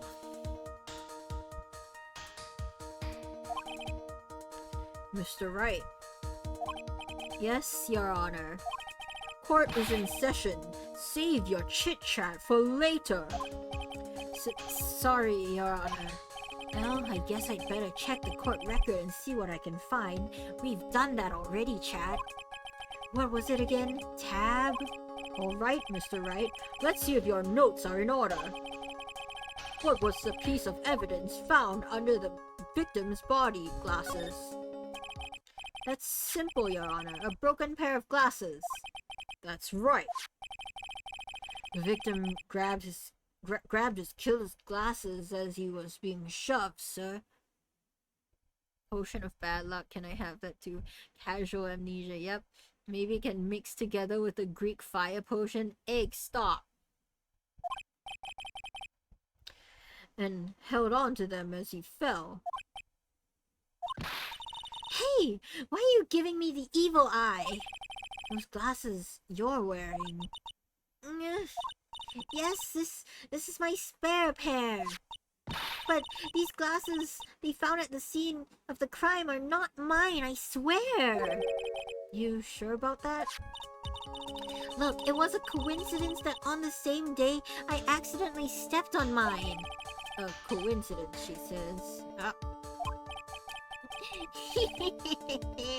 Your Honor, I have further evidence to present.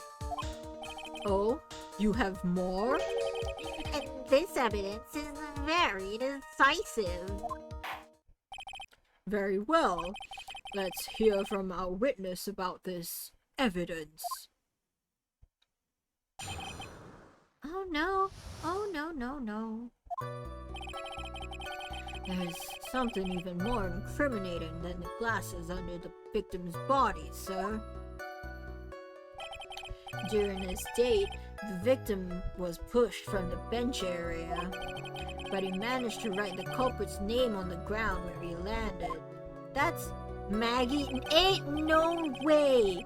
Ain't no way. You like fall. What do you mean? I thought he died on impact. Broken neck. He died on impact. I don't like saying it, but it was clearly the defendant's name, Maggie, sir. With this piece of evidence and the glasses, it's hard not to say she's a culprit. This is a picture of the writing, Your Honor. Why, this is... Yes, I can see her name is clearly written here. How the hell did he write it? The prosecution would like to submit this picture. Understood. The court accepts it into evidence. Oh no. This is called the Lost Trial, so, are we about to lose, chat? The victim even wrote your name clear as day on the ground. But, I already told you, those glasses aren't mine. And how do you explain this dying message? It's a conspiracy. I'm not guilty, sir. Mr. Wright, you may cross-examine the witness. Cross-examine? This is it. I'm counting on you. Sure, but what am I supposed to do? Not realistic even if the body could move a few seconds before death. I know, right? What? This isn't like you at all. Normally, this is the part where you get in the witnesses' faces. Get in their faces and do what? I guess there's no way around it. Okay, I'm gonna lend you a hand. The prosecution's witness all hide things from the court, which means they lie from time to time. Lie? But isn't that detective your superior? Well, even if they don't mean to lie, sometimes people just remember things wrong. Like that detective. He sort of looks like a scatterbrain. It doesn't matter. Either way, it's bad for us, sir. That's why when you question witnesses, you have to find and expose their lies. Mr. Wright, your cross-examination, please. Yes, Your Honor. Talk about trial by fire. Here goes nothing. Get doubt-casted. Ethan, you can't keep setting off auto mod. Ethan, language.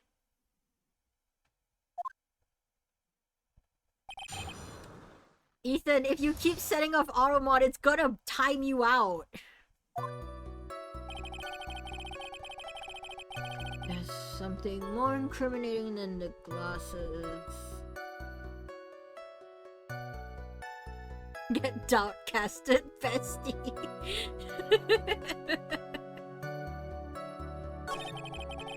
During his date, victim was pushed from the bench area, but he managed to write.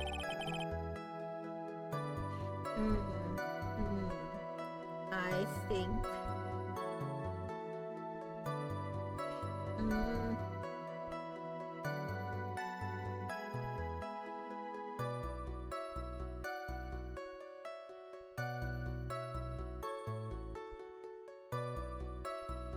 What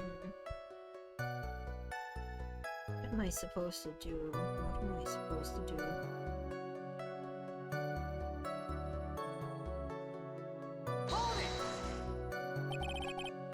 The culprit's name? Yeah, I was surprised too. I didn't want to believe it, but Was the name that of my client?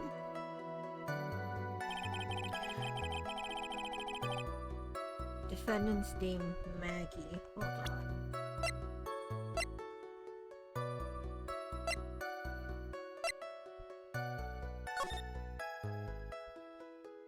I don't see it here. I don't see it here. It's only here. Wasn't her name spelled with like a Y or something? Can I not examine this? Cool. IDK the banned words. It's just most swear words. Find out a new time every time I come in. Gumshoe is so beagle coded. What does that mean? Wait. Profiles.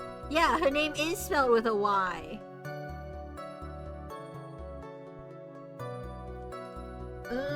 Can I present it like this? Do you know what a beagle looks like? Yes.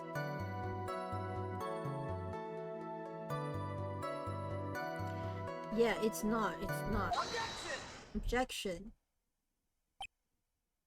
Don't. Come on! Right! Please! Please! Right! What is it? What's come over me? Without thinking, I just blurted out objection. It's muscle memory! And I yelled it at the top of my lungs, finger outstretched, ready to take on my opponent. Some things are just muscle memory. I'm thinking of the old dog. Oh. Wrong dog. What a rush. Yo, we get new music in this game. Detective Gumshoe. Yeah, you talking to me, pal? Please state the defendant's name for me. What was that voice? Is that his voice? There's one dog breed that looks sad and droopy all the time.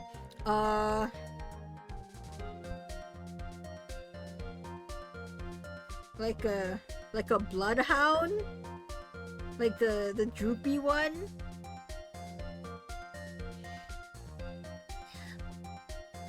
Yes? Good.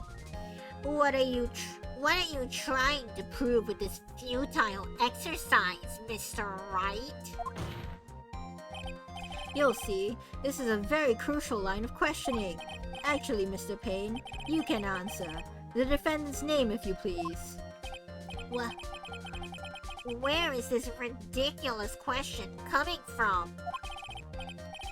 The defendant's, name is, Maggie Bird. I think someone needs to check the court record. What? It says right here that it's Maggie Bird. Ah! It looks like the bird caught the cat napping. What's going on here? I have no idea either, sir. As you can see, the victim did indeed leave a name Maggie. However, the defendant's name is actually spelled Maggie with a Y. This is a blatant contradiction of the facts. Oh, how about that? I hadn't even noticed. We're gonna get hit by ads soon. Why is his voice so shrill? I need to make his voice shriller. But maybe the victim didn't know how to spell her name correctly. May I remind you that it was you who said the defendant is accused of killing her lover. If they were truly lovers, it would be impossible for him to have not known her name. No! This is very true. Mr. Payne, Yes, Your Honor? are you absolutely certain that the defendant and the victim, Dustin Prince, were in fact lovers? Yes, I'm quite certain, Your Honor. They were a well-known couple in the police force. Detective Gumshoe, please testify for the court the relationship between the victim and the defendant. Yes, sir.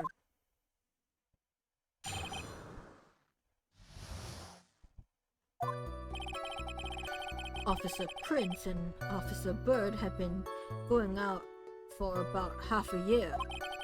Sounded like they were even talking about marriage. After 6 months? Are you kidding? The day of the incident just happened to be the victim's birthday, sir. Oh no, that sucks. Oh, we've been hit by ads. We're gonna take a break. See, that's how you get murdered.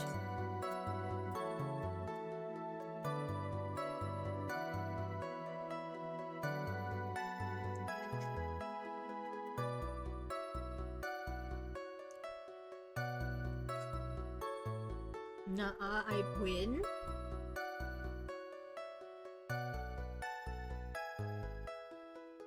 What do you mean, nuh-uh, I'd win? I didn't get an ad. Oh, cool.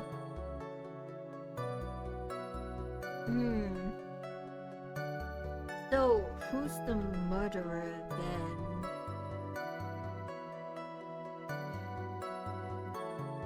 Because if it's, we don't have any suspects. Hold on, actually. Let's look at profiles. Yeah, we don't have any suspects. Dustin Prince.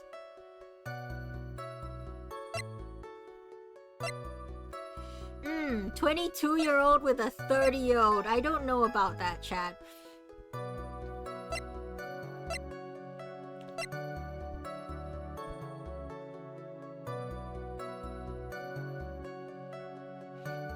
She's called Bird and she's covered in feathers. I think that's funny.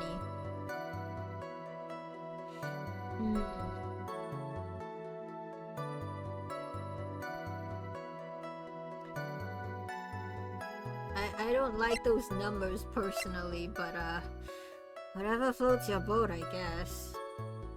We listen and we don't judge out loud.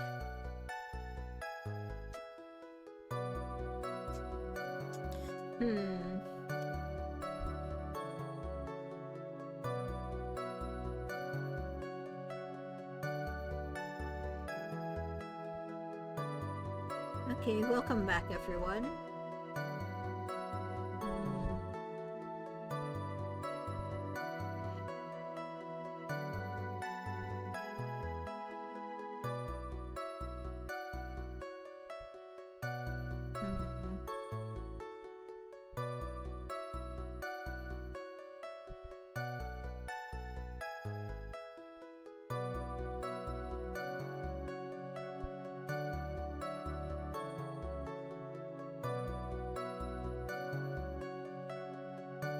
Yeah, as I said, I don't love 22 and 30, but you know, that's none of my business. Happened today to be the victim's birthday, sir. Maggie, Officer Bird had gotten Officer Prince a present. It was something she had bought over 2 months ago. I should know, because she came to me to ask what she should get for him. Oh. Those two sound like they were close. Nevertheless, tragedy struck. Yes, I see. You may cross-examine the witness, Mr. Wright.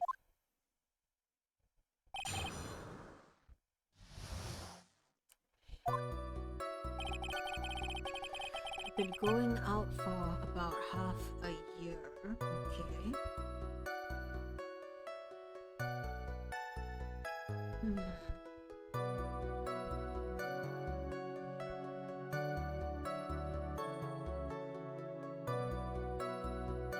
don't have any theories, Chad. I just don't have enough information.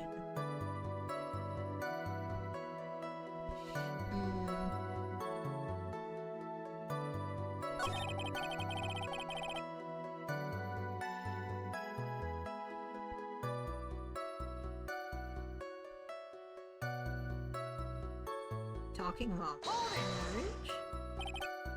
marriage, but wasn't the victim 8 years older than her? That's what I said, chat.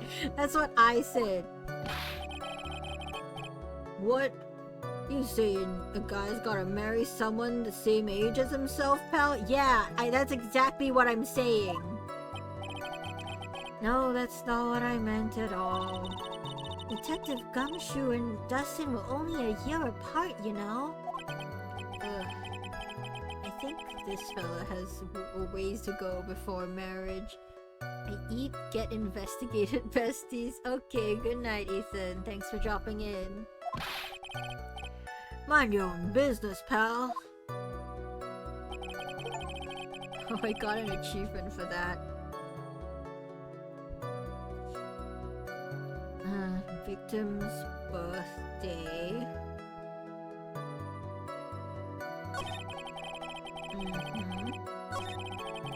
What was it?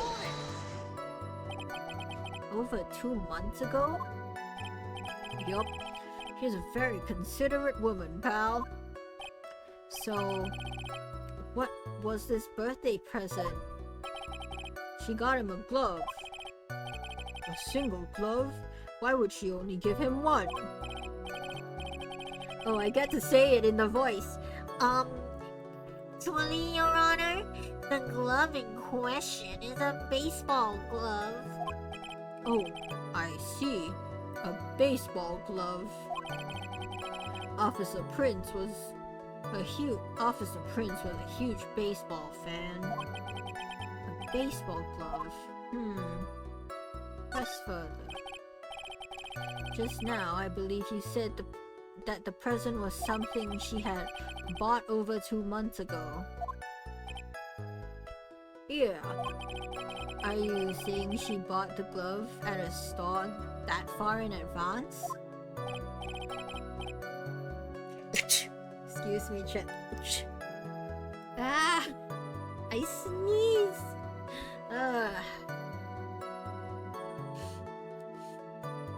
Nah, nothing like that, pal. Then, what is it like? She ordered it. It was custom made. Custom made? The glove was custom made? Yup. That's what I said. So the glove was custom made. Yes, we've been over this like 4 times. Your Honor, I really don't see how this glove is related to the case. Yes, it would seem there's little relevance. What do you think, Mr. Wright?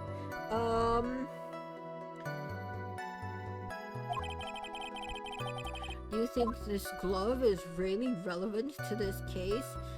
I gotta get more evidence. Of course it's relevant. I don't know where this will lead me, but of course it's relevant. That glove is the key to this whole case. I think that's a bit of an exaggeration. I wouldn't personally say that, Phoenix. Yes! Bluffing to the max! Now this is the Mr. Wright I know! Is it? Is it? I'm so happy you're back, sir. I was wondering how long it'd take. This is great! Pressing people. It feels like I've done this before. As if I used to do this to squeeze information from even the most tight-lipped people. That's one way to put it, I guess. Very well. If you are that convinced, let's hear some more about the matter.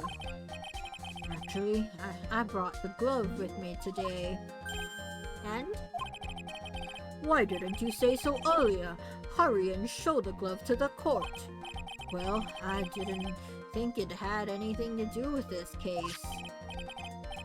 Anyway, this is it, sir. It's, rather yellow, isn't it? Okay, cool. Wait, let me... Officer Prince really liked the color yellow. Cool. I can't examine it.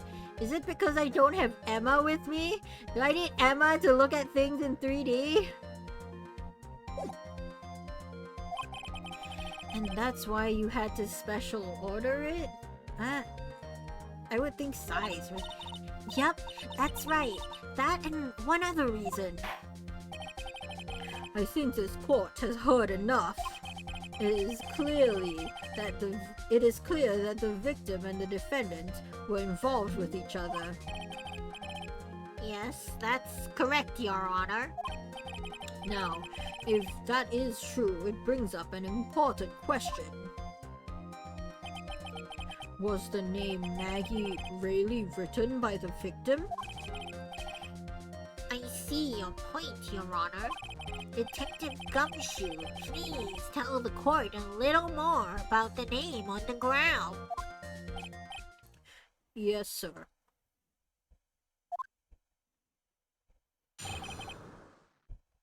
Writing on the wall? No, writing on the ground. Ooh, we get new music! This is so cool! We first looked into the handwriting. Fortunately, we couldn't confirm that was the victim's handwriting. Next, we checked the victim's pointer finger.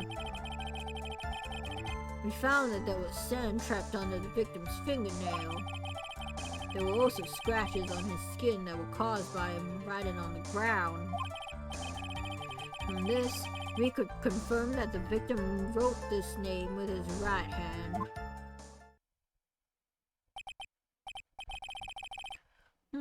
Yes, a perfectly logical conclusion.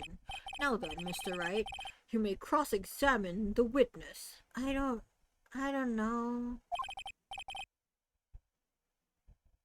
Thank you, Your Honor. Hold on. I need to check what I have. I gotta look at that glove.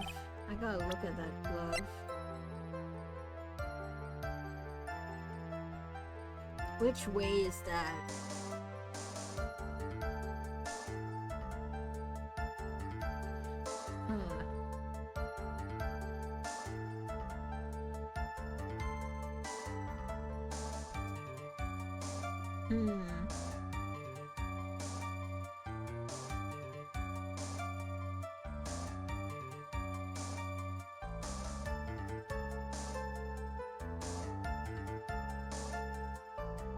I don't...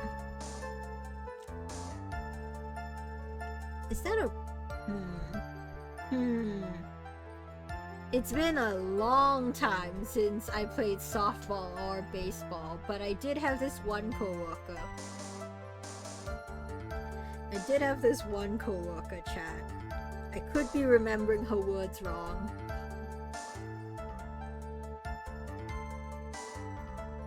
Dude, like...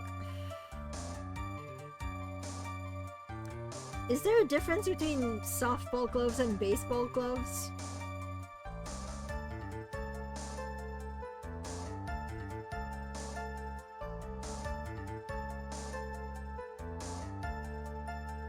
Cause like...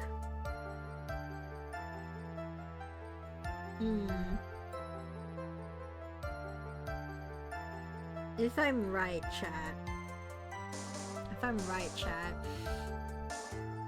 This is meant to be worn by a left-handed person.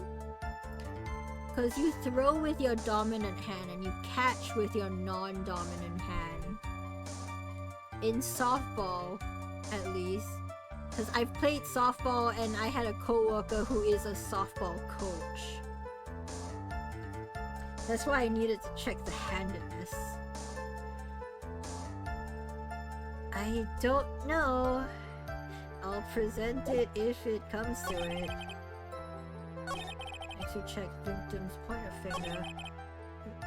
Trapped on the victim's... Where was it? Right hand? Right hand.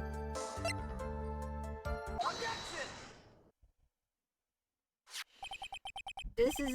I haven't played softball in years! Detective Gumshoe, look at this! That's the glove, right? Could you tell the court what's special about this glove? What's special? Never really thought about it, but it's really yellow. And that's about it. Yes, it's really yellow, but that is only one of its qualities. Huh? What was that bell sound? I like it less than the previous one. There's another reason why it's special. And what would that be? It's very simple. This glove is made for a left-handed person. I was right! I was right, chat! Woo! Niche knowledge. I am slumdog millionairing this. I am winning.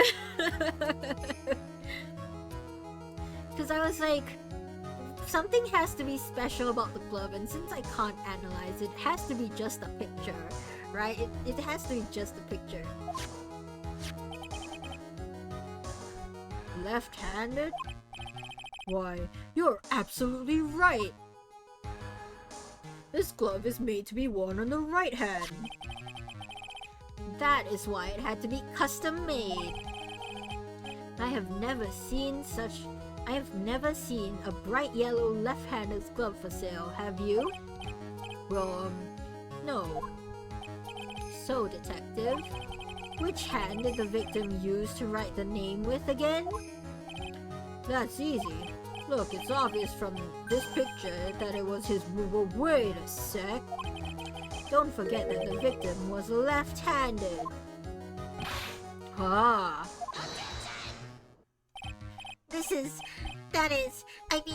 I object. Overruled.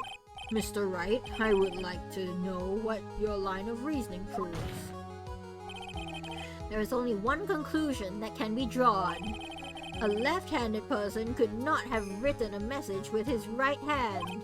Therefore, the person who wrote the name Maggie could not have been the victim. Order, order. When you think about it that way, then yes. It is not possible that this name was written by the victim himself. Then that means Maggie is... No, it's not possible. Mr. Payne. Yes, Your Honor? The evidence the prosecution has presented has failed to prove the defendant's guilt. In fact, I believe you have just proven her to be innocent. No! Oh, right! You did it, Mr. Wright! Phew! I feel like I can breathe again. It seems that we have reached a conclusion. You did a fine job once again, Mr. Wright. Me, Your Honor? Well, thank you, sir. See, you got complimented by the judge again. You're really good. And that's why you can't give up on being a lawyer, sir. Are you joking? I'm more than ready to retire. I will now announce my verdict. This court finds the defendant, Maggie Bird... No, not yet! I mean, please, give me a few more minutes, Your Honor. What is the meaning of this, Mr. Payne? The prosecution is not finished yet. What do you mean? We would like to call our next victim to the stand. What? Ah! Yo! Akawa Quack! Welcome, Raiders! Yo! Quack Raid! Thank you! thank you for the follow, Riesel. Welcome, I'm Okena, your friendly immortal axolotl. Today we're playing Here to Steal Your Bread. No! But yes, we have plenty of bread to go around. Welcome, Akawa. Thank you so much for the raid. Please, if you have to do any post-stream care, please do it right now. I appreciate you coming here and trusting your community with me. Thank you so much. Woo! Today we finished Phoenix Wright, the original game, and now we're playing Justice for All. We're in the tutorial right now, I think. Gonna post-stream care, my voice goes weak. Yes, please take care of yourself. I'm voice acting all of these characters, and just a heads up, chat. Pain is pain in the neck and the butt. Chewy Jr., thank you for the follow. Welcome to the Apothecary, and for all my raiders, you can check in. It's only 2 channel points, and you get a free potion. You get a potion for the heavily discounted price of 2 channel points. It's a gacha, and you can use it for bragging rights. Whenever I think of Phoenix Wright, my head always says, clearly you don't own an air fryer. What does that mean, Chewy? Yeah, I love my Greek fire potion. Maybe I should take that out of the pool, egg. Damn, do you not know the meme? I unfortunately don't. Wait, I should shout out Akawa.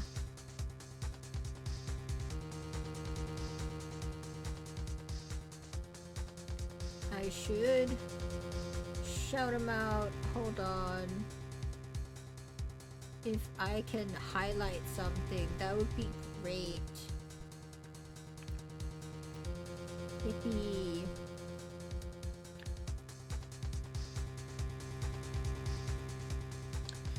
Okay. The moment the victim was pushed to his death, once more, he saw the very face of the culprit. What the heck?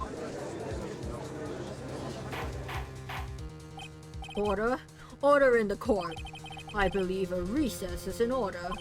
Afterward, we will hear from this new witness. I have a feeling that was a bit too easy. I need more information. I'll have to see what I can find out during this recess. I can't let my guard down. It's only going to get tougher from here. Court is adjourned for recess. Cool, I got to solve this with my niche softball knowledge from playing softball for like a semester, and then having a coworker who's a softball coach. Court is adjourned for recess.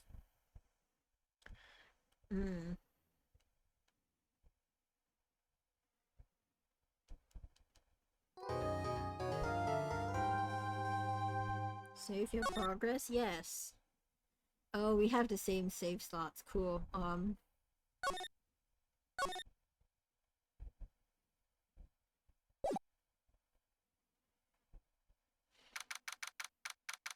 September 8th, 11:43 a.m. Defendant lobby number 1.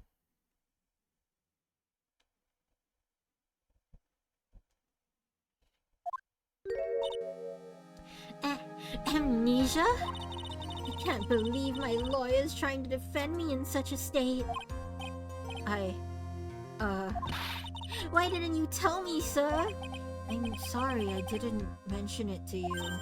Oh, I know what to do. I heard you can fix something like this with a really strong shock to your system. Come on, lower your head a little. A Maggie kick should be all you need. No. I think I'll pass on this one. Come on, I'm sorry.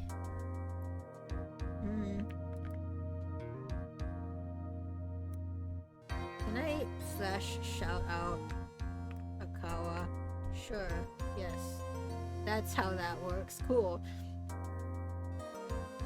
I have two, and didn't work. When I did my shout out command, it didn't help with that. Whenever I see someone in trouble, I have a hard time leaving them alone. I tend to stick my nose where it doesn't belong and try to tackle everyone's problems. Well, my head's one problem you won't be tackling today. Well, we're here to solve your problem first. We can deal with mine later. For now, do you think you can fill me in on a few things? Of course, I'd be honored to. Well, I guess we'll start with my name, and then I can tell you about me. No, that's okay, really. I think I know you and your name pretty well by now. I was wondering if you could help me figure out a few things about myself. So, my name is Phoenix Wright? What a weird name. This is serious. You really don't remember. I'll tell you what, sir. You can have this back. Maybe it'll help. This is a business card? I got this from you. It's my most prized possession. You can borrow it for now, but please give it back, okay? Okay. There's some numbers written on the back. Oh, that's your cell phone number. It's my business card. I handwrote my cell phone number on the back. I guess for now we should stop talking about me. Hold on, let me look at that.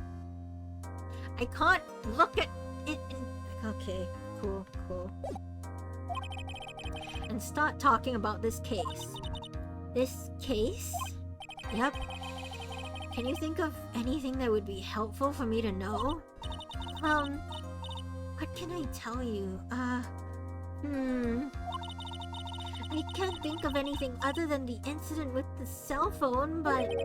Cell phone? Yeah, your eyes lit up when we talked about it at the detention center, sir. Hurry up then and tell me. This must be very important. Okay, Roger. It was on the day of the crime, just before 6 p.m. I picked up a lost cell phone while on a walk with Dustin. Oh, it's this cell phone. It's not mine. All of a sudden, the phone began to ring. Hello? Oh, thank you. I've been searching for my phone. Is this yours? Oh, I'm glad you called. We can meet up and I can give this back. I'll be right there. I'm sorry. I didn't catch your name. You can call me Maggie. Oh, so he only knows the sound of how to spell it.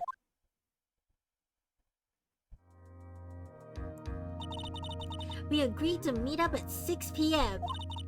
Dustin and I waited for the person to show up, but they never did. So where's the phone you found now? I gave it to you yesterday. Huh? To me? Is it that phone in my pocket? You mean this? You think it has anything to do with the murder? I don't really know, but if my eyes lit up... Ah! You were here all along! Oh! It's Maya! Maya's here! What's Maya's voice again? I think I gave Maya and Emma the same voice. You're so mean! I called you 1,000,000 times, but you wouldn't pick up. That's my Maya voice. It's coming back to me. And when I went to check in the courtroom, everyone had already left. Now, who in the heck is this? Let me guess. I'm supposed to know this girl, too. Hey, good morning, Maggie. And good morning to you, Maya. So, how's it going? Is there a word for worse than abysmal? Oh? And what if I said that everything will be fine? Riso, thank you for the stretch. I will stretch. Oh, and the hydrate. Thank you.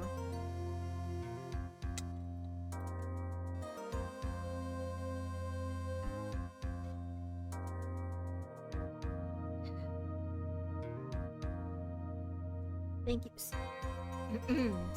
Thank you so much. I needed that.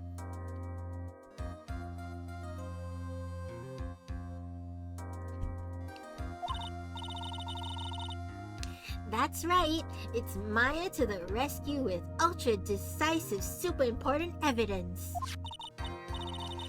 Here you are, Nick. The thing you wanted me to bring. Huh? Oh, thanks. What the heck is this? A list? It has about 20 people's names and phone numbers written on it. It was kinda tough, but I managed to dig up some dirt. It looks like these guys are up to no good. No good? As in... There's a group of con artists the police are currently investigating. I think these guys are members of that group. Names list added to court record. Why would a group of con artists pop up in a case like this? Don't look at me!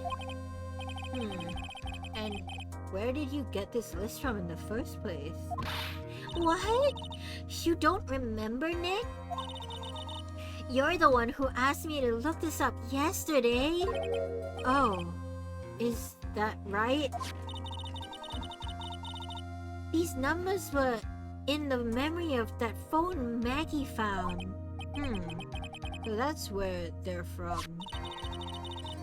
You're awfully forgetful these days, Nick. I hope I never get to be if... Excuse me.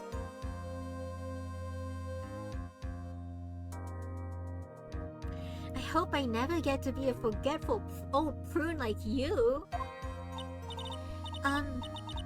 Maya?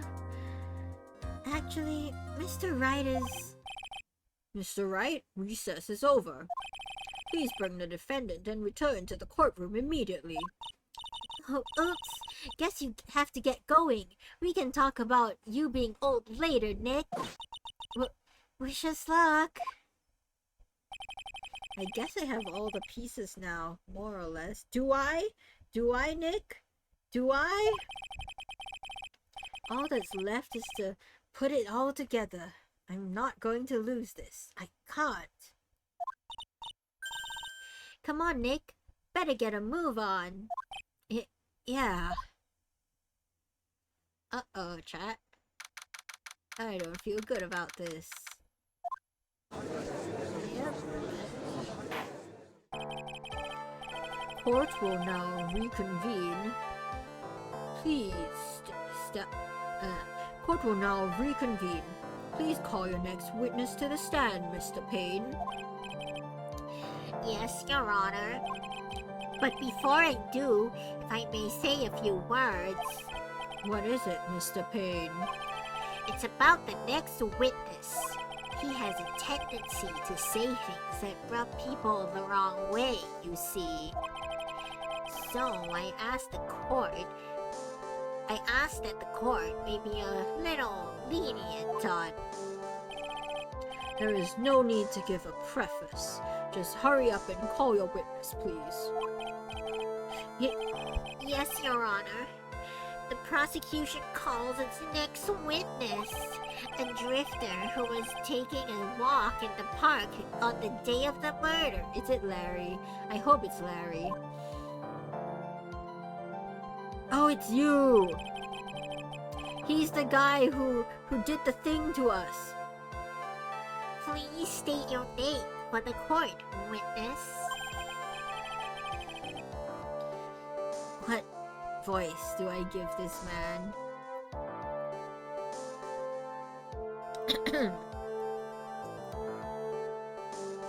Before I do, I'd like to clarify a little something. Go ahead. Just now, you introduced my wonderful self to the court, correct? Perhaps as a drifter who was taking a walk? Did I? But I will not stand for that. Now you've tinted the court's eyes and colored me wrongly. Sure, I suppose calling me Admiral's highest top quality to mere looking top-notch as a rightless selection as my walk is... Yes, I understand. I'm very sorry. I will be more careful from now on. What is he, a human chatterbox? I have to question him. Fashion, cars, women, glasses, and of course, university. First rates only need apply. What? Glasses? But you aren't wearing glasses. Exactly, it's his glasses. That's enough. Your name, witness. Oh, is that how you want to play this? Using your power and influence to keep the young people down? I see how you work. You old people are, you and your dirty tricks. You thought you had me, but you thought wrong. I'm sorry. It won't happen again. Oh man. I forgive you. Alright, I suppose I can tell you my name. I'm Richard Wellington, the drifting virtuoso with a PhD in drifting, as it were. If you wanted to, you could call me University Student in Transit. Mr. Wellington, on the day of the murder, you were taking a strolling through the park, correct? It would appear that you are attached to that word. If you must, then by all means. But I remind you, oh my god, it's the Phoenix, right? Hello, Nick. Hello, Nick. Welcome to the chat. I'm Okana, your friendly immortal axolotl. I'm gonna call you Nick because Maya calls you Nick. Welcome. I love Edgeworth, don't we all? That's it? Okay, cool. Thank you for joining us today. But I remind you, I am in no way a prepubescent boy out on a walk with mommy. If you must know, I'm... Anyway, please testify to this court what you saw during your walk through the park. See, you did it again. Taking a walk. You know you... What you witness will do, Mr. Wellington. Finally, he's gonna stop yapping. Jeez. I was at the park all afternoon, deep in thought about my life situation. I don't remember the time all that well, but I do believe it was past 6 p.m. All of a sudden, a police officer falls from above, right in front of my eyes. Without a thought, I looked up, and there I met the eyes of a charming young lady. Of course, I remember her sweet face. It was that of the pretty defendant here. The only other thing I saw was the banana that fell with the police officer. The what? Oh, the glove. That was certainly a decisive testimony. Decisive? Nick, did you hear what he just said? Yeah. That's all you have to say? How can you be so calm? It's strange. My mind is very calm and clear. Maybe it's because I believe in my client. You mean Maggie? Yes, and if she really is innocent, then that can only mean one thing. That guy is lying. You may now question the witness, Mr. Wright. I'll find out the truth, no matter how well you craft your lies.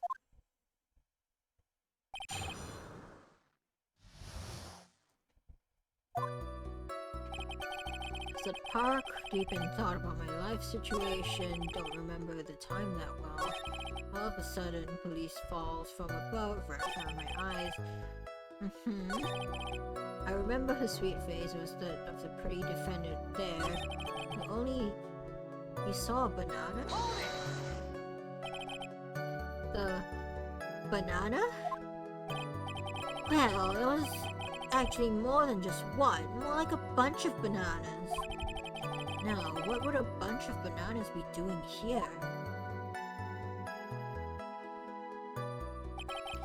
And why would I know such a thing?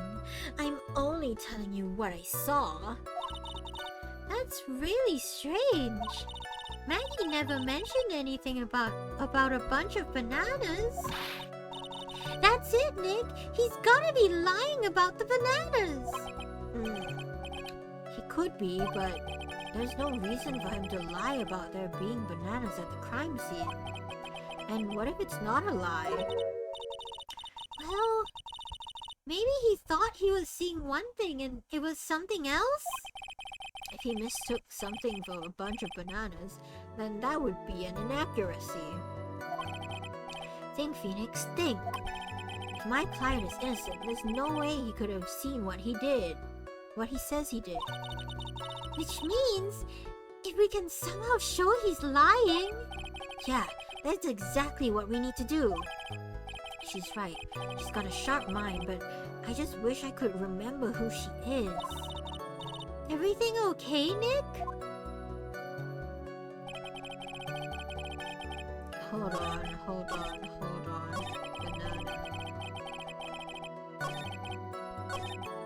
Banana. Glove.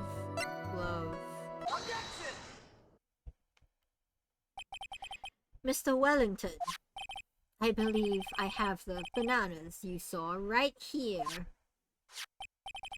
Ah, so you knew about the bananas too. Why didn't you say so earlier?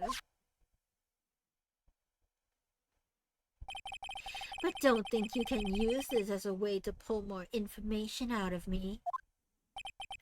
And that's where you'd be wrong. Mr. Wright, what is the meaning of this? Isn't that the baseball glove? Whoa, what? A baseball glove? Doesn't it look delicious? Care for a bite? That's a... No! Your Honor, I think this proves one very important fact. This witness has bad eyesight. By the way, just how bad are your eyes? Huh? How? What, you? Why are you asking me about this all of a sudden? Your Honor, it is very simple to mistake a glove for a bunch of bananas. No, I don't think so. Objection overruled. You're one of those people. Yes, you know what I mean. You're like those people who you used to rule the world, and sure, in the end, we find out in fact it's a glove. However, from afar, I do think it's a... And this is why I asked you how bad your eyesight is. I can't read all his dialogue, and I don't think we're meant to. They're both 20 out of 200. I suppose you're going to tell me that's terrible, right? Why are you not wearing your glasses today then? They're broken.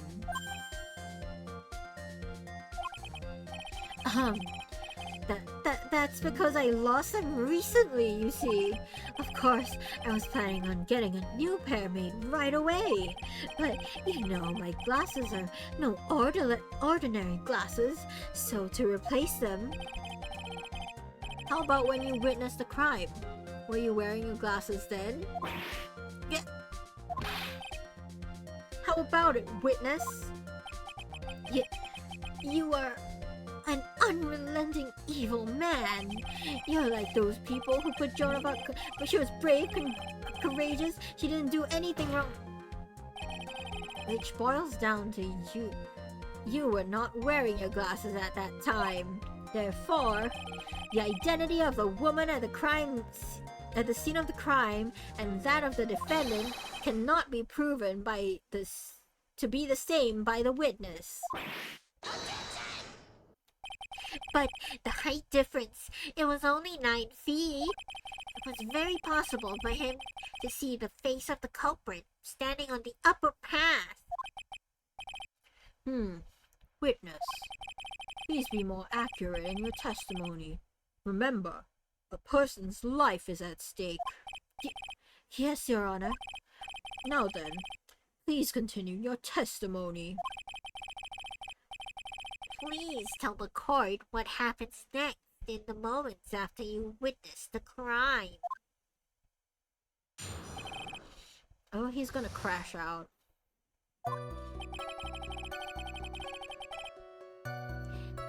The girl on the upper path ran away as soon as she realized I was there.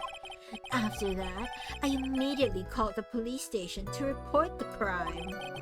It must have been 6:45 p.m. when I made the call. When did he die? That's more than 10 minutes.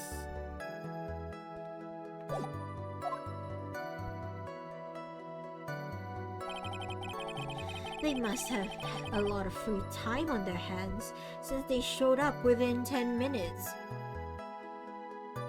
What a really specific name to recall. What do you mean, Letty?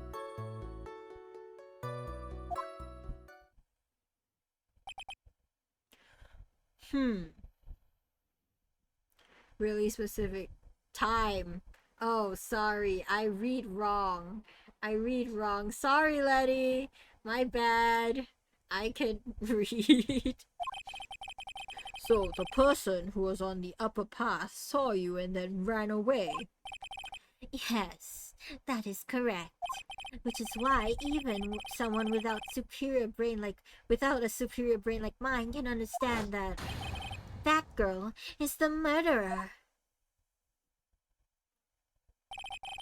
You may question the witness now, Mr. Wright.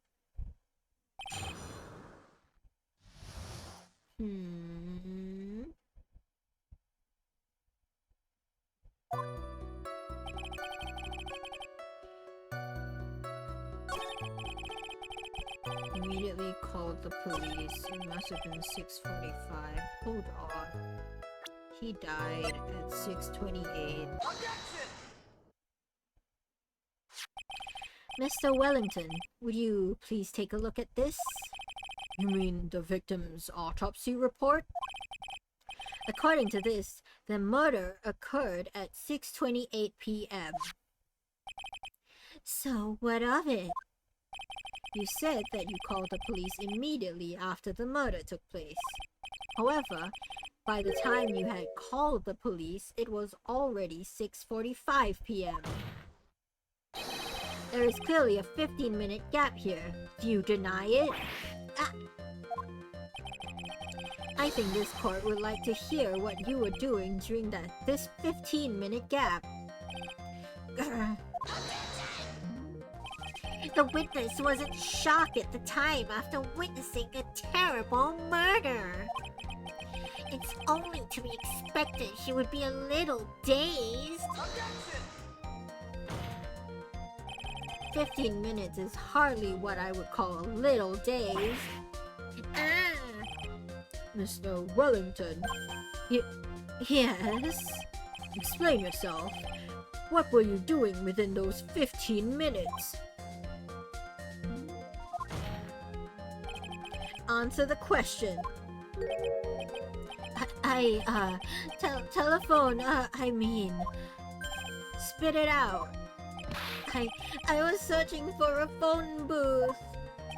A phone booth? You mean you don't have a cell phone? You and your questions, as if you're trying to open all the layers of a matryoshka doll. You must think you're something really special. Grill him, I am. Witness? I lost my cell phone. There, are you happy?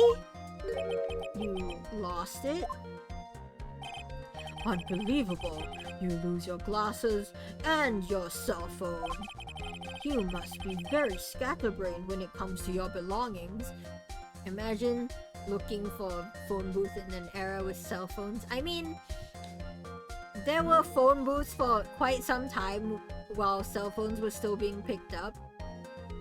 I know there was like a payphone near my house until like 2018, I think. So it fits, I guess. What? Are you saying that first-rate people are never allowed to lose things? Haven't you heard of that geniuses? By that rationale, I don't think it's plain simple. You can't understand. Enough! Oh man, oh man. Wait, hold on a second. He lost his cell phone? I have a cell phone and a pair of glasses. Nick! The cell phone! Could it be? You mean this phone Maggie found? There's no way.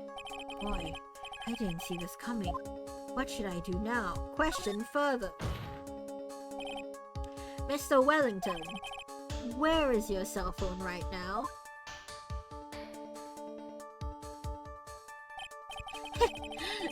What are you getting all excited about? You seem to be a little confused. I found my phone, I'll have you know. Here. See, here it is. Here is it. Oh, I see. Looks like he's got his phone. And I thought that just maybe this was his. Well then, I think we've cleared this issue up. Can we call?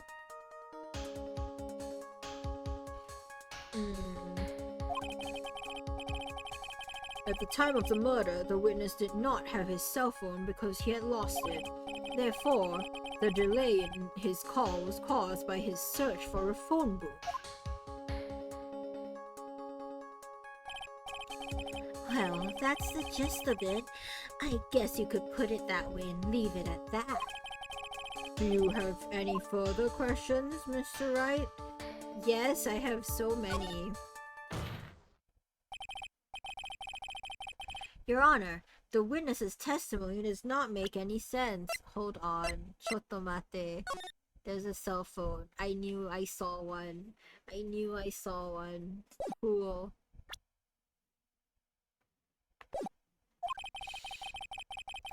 You don't believe there was ever a need for the witness to search for a phone? How dare you! You can't just make outrageous claims like that. Do you have some sort of... You do have some sort of proof, don't you? Well, yeah, of course. This evidence should be good enough, I think. Alright, let's have this proof then. Please present proof that the witness had no need to search for a public phone booth. It was this one, right? Yeah, it was this one. It's quite simple, actually. Please take a look at this. At the crime scene photo? Is there a problem with it? Oh, there's nothing wrong with the picture. But if you don't understand my logic after looking at it, something is wrong with you. No! It's a phone booth. That is correct. All the defendant had to do was walk 3 steps. Mr. Wellington, Why did you not use the phone that was right in front of you?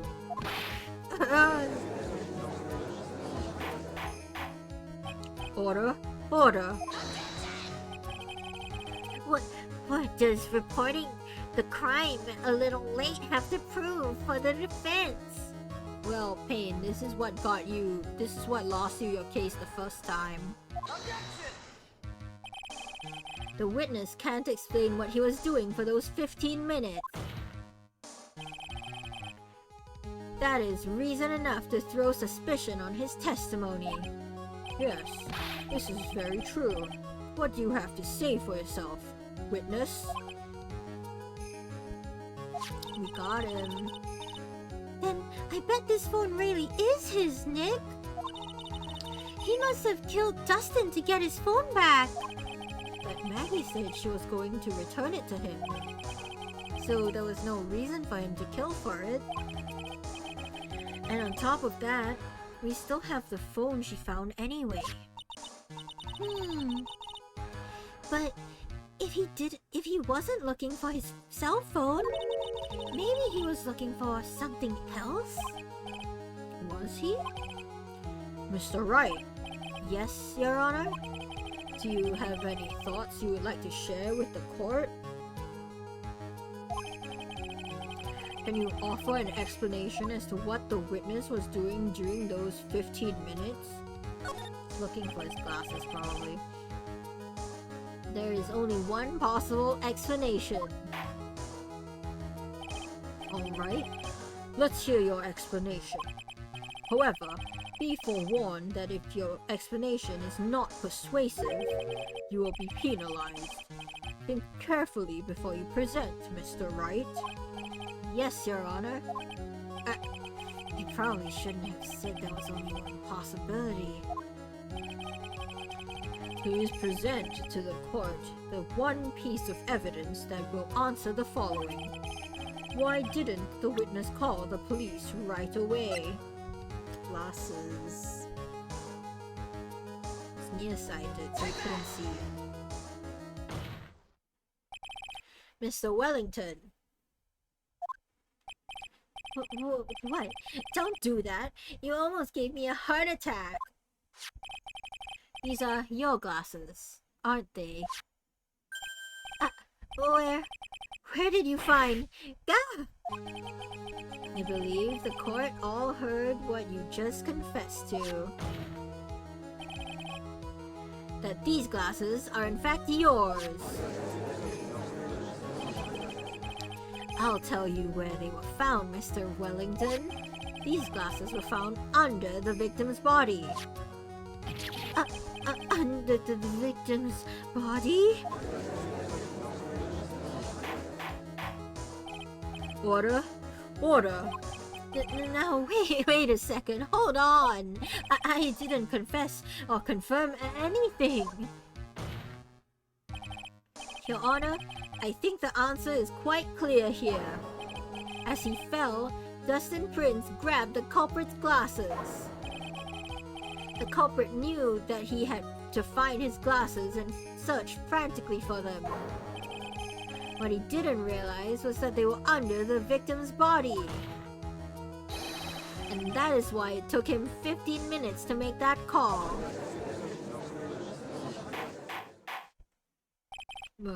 Mr. Wright, are you indicting the witness as the real murderer? Of course, that is precisely what I'm doing. Yo, I love this new soundtrack.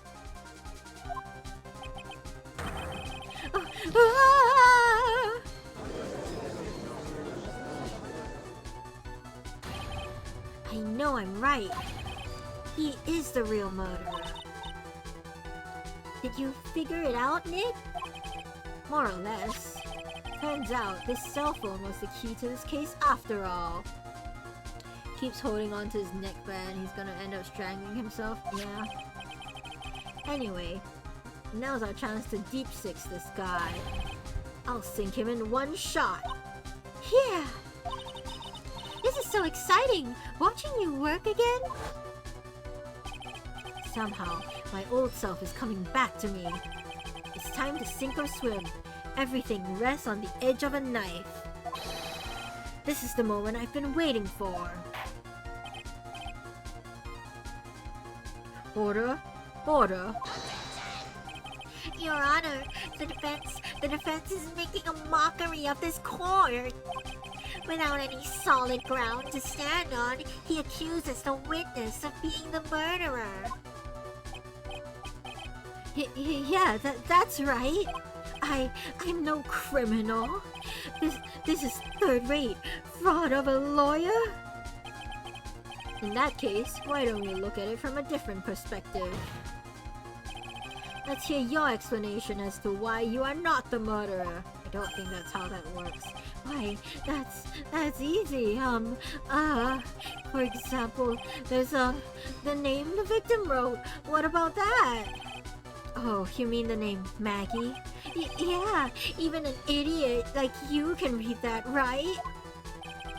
But we already know this was not written by the victim himself. After all, the defendant's name is Maggie, with a Y, and the victim was left-handed. In other words, in order to make the defendant look guilty, the real criminal used the victim's right hand to write her name on the ground. But wouldn't that mean that the real criminal was someone the defendant knew? Oh, we got hit by an ad. We'll be right back, chat.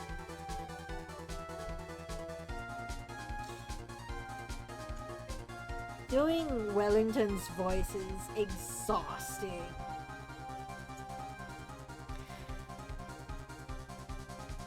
Because he talks so fast.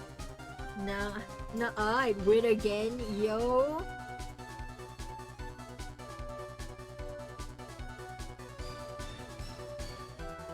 Didn't get an ad again. Ooh, winning the gacha.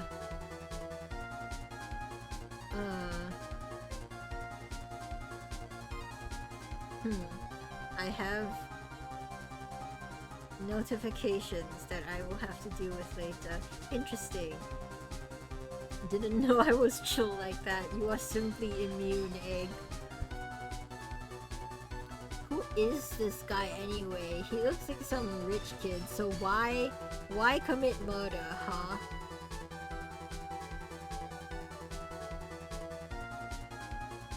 That's what I want to know.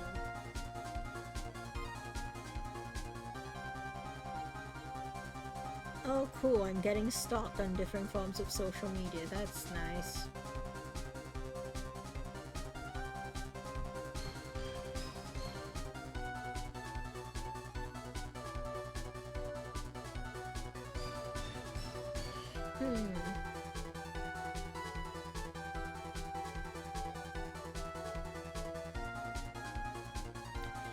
Maybe that Greek fire potion was actually useful. Maybe it was, Egg. Maybe you're immune to ads for today. Love this music.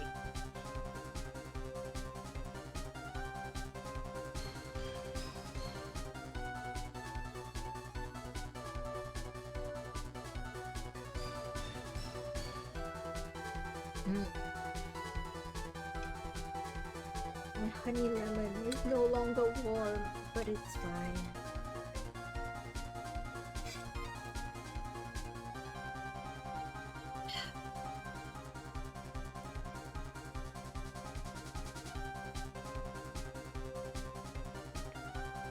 Oof.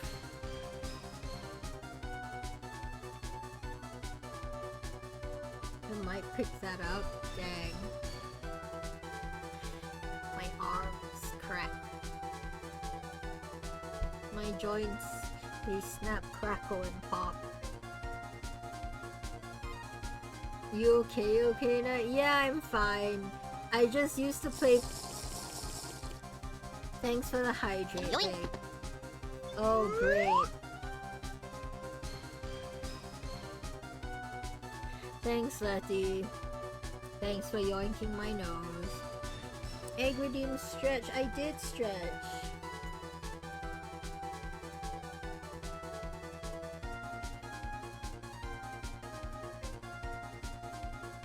Yeah, I used to play percussion, so my joints are crispy now. Isn't it crazy what playing an instrument will do to your body? It will absolutely decimate it.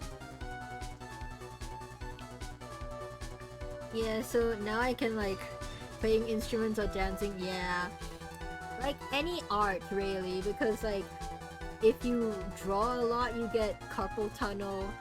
If you dance a lot you get like tendinitis. So by comparison, mine isn't as bad. I got hearing loss that I've since recovered from, so it wasn't permanent thankfully. And now my joints crack. So I'd say I got off pretty scot-free compared to other arts.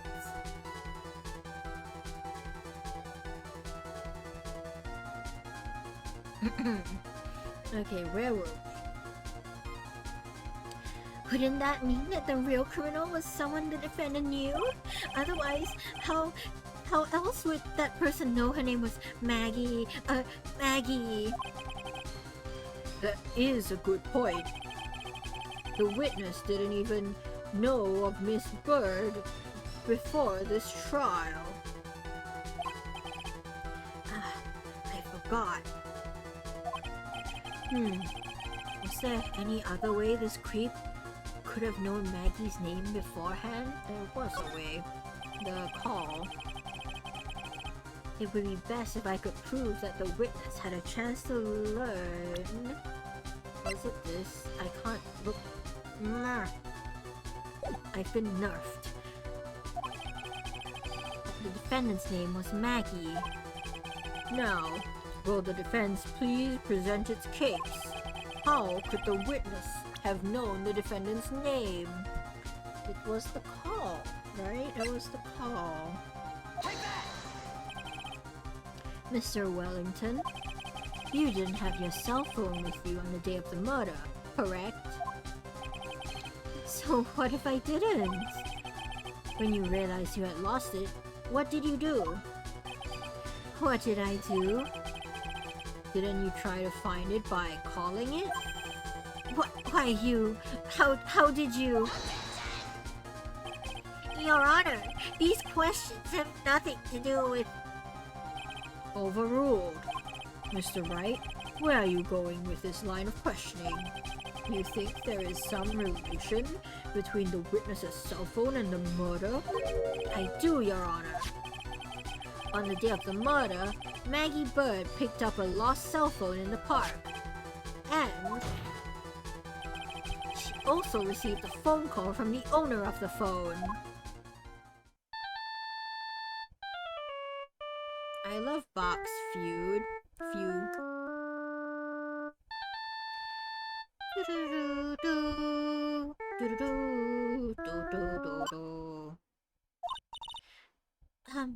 Hello? Oh, thank you. I've been searching for my phone. Is this yours? Oh, I'm glad you called. We can meet up and I can give this back. I'll be right there. I'm sorry.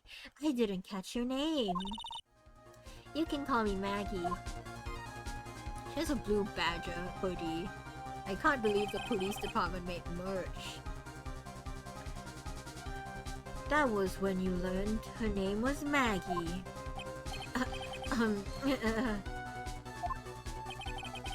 But you made one fatal mistake. Fatal mistake? My client's name is Maggie, spelled with a Y.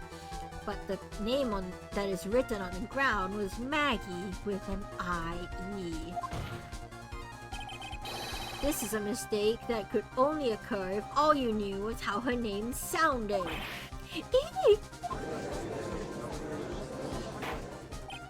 Order! Order!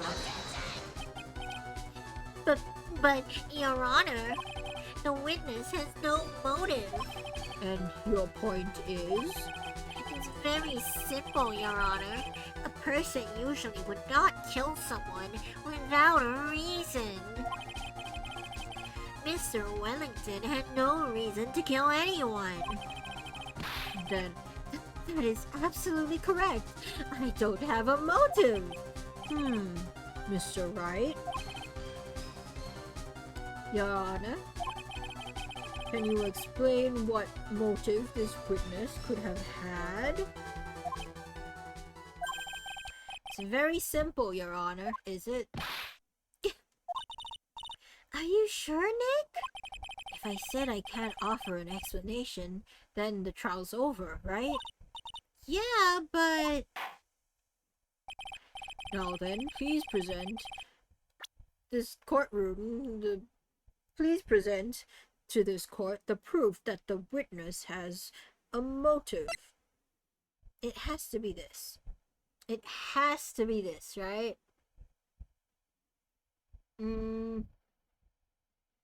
Why can't I read it? I hate being nerfed.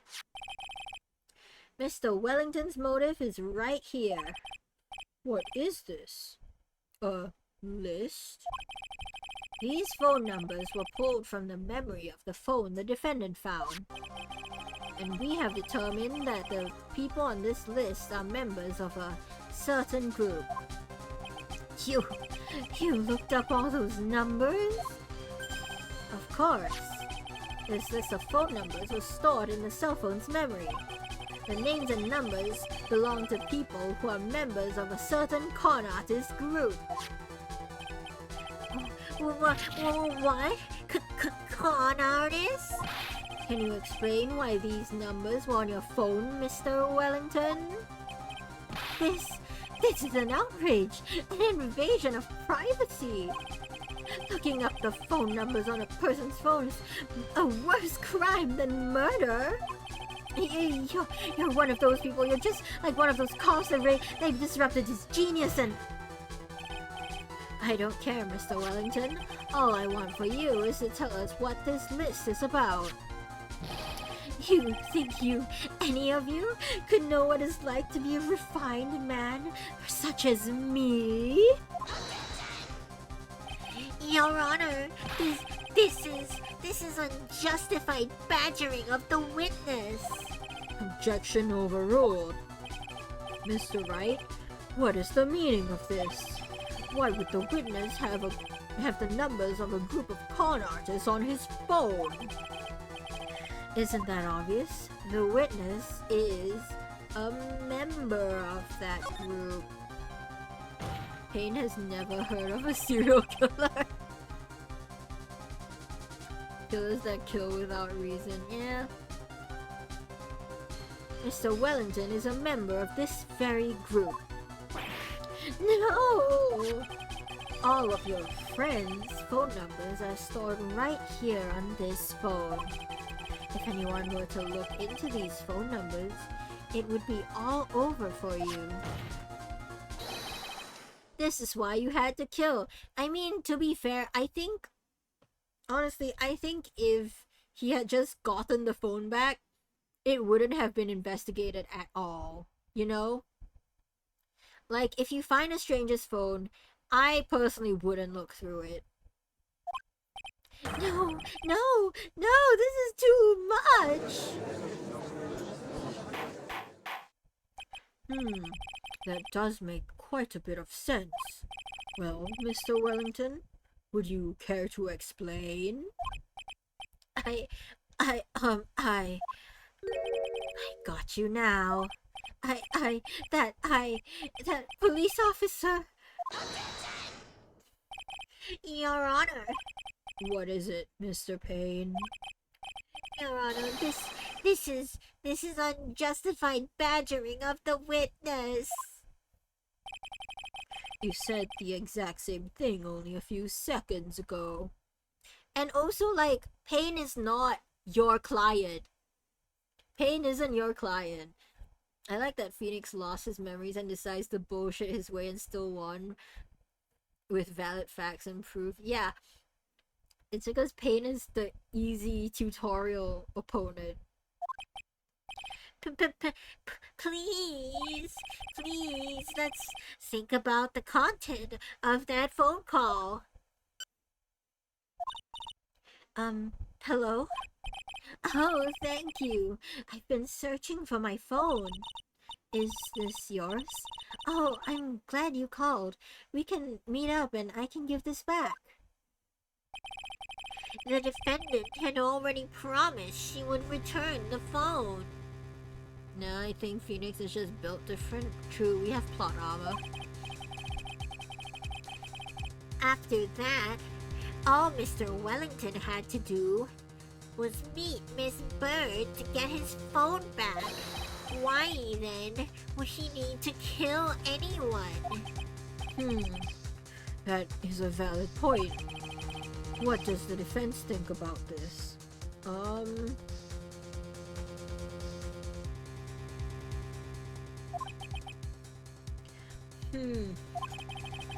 If you think about it logically, then it makes sense. Maybe we should be thinking outside the box. He didn't trust Miss Bird, probably. I think he didn't trust Dustin. Because Maggie was in, like, casual plainclothes, as you would call it. And Dustin was in uniform. So I think he just panicked. He's just not very smart. Yeah, if we think like that, let's see. Maybe that slime ball saw something at the crime scene that made him commit murder. Your thoughts, Mr. Wright? Well, I don't think Mr. Wellington went to pick up his phone in a very friendly manner. But he was promised his phone, so why would he have been unfriendly to the defendant? I think he must have seen something that didn't agree with him when he got there.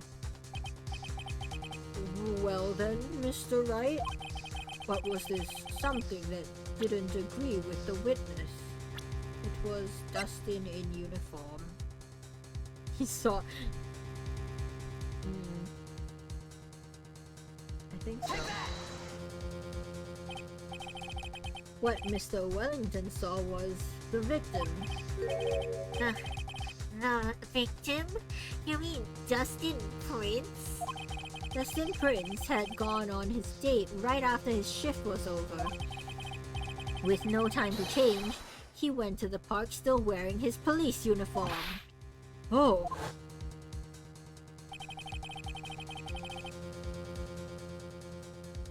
The girl that picked up my phone is with a policeman. He couldn't have known they were going out, so he began to worry. He was afraid the policeman would ask a few questions before returning the phone.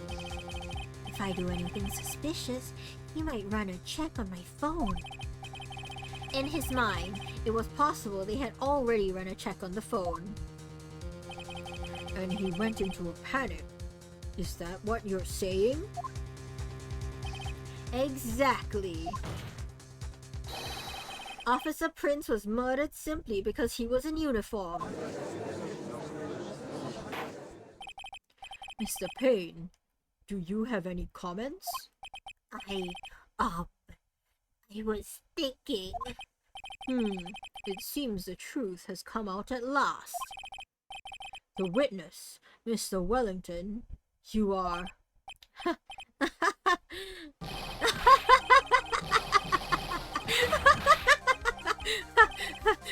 Impressive! Not bad for a person with a third-rate education. What's that supposed to mean? The evidence! Evidence! This guy is really creeping me out. Oh, you've been waving around, talking about this suspicious cell phone. Suspicious phone number this, suspicious con group that. They're on the phone. But who's to say the phone was really mine? Where's your proof? Your evidence? You want proof that this phone is yours? Yeah, I already told you earlier. That phone I lost, I've already found it.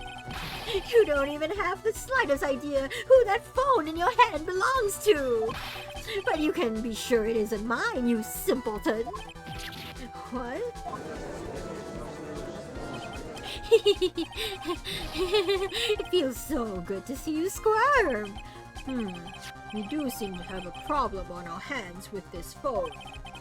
Whose phone is it? Without knowing that, it's meaningless as evidence. Your Honor, this is bad. I can't let him turn the tables on me like this. This cell phone. There has to be something I've overlooked. There's gotta be.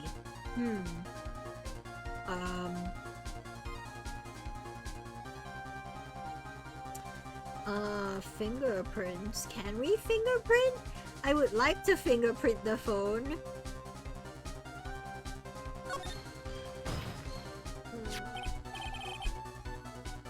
I got it. We should check for fingerprints. Fingerprints?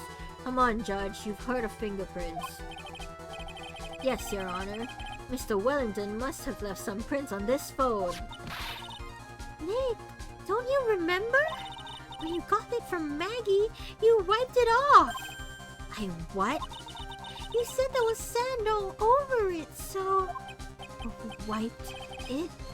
I wiped it? Pretty thoroughly, too.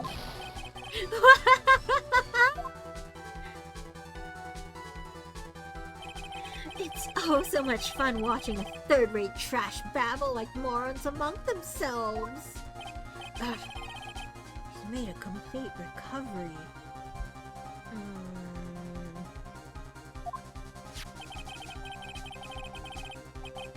How many times do I have to say this? My phone is right here, see? Oh, and incidentally, you can't check the numbers stored on this phone. It must have glitched because all the numbers just magically disappeared. You've got to be joking.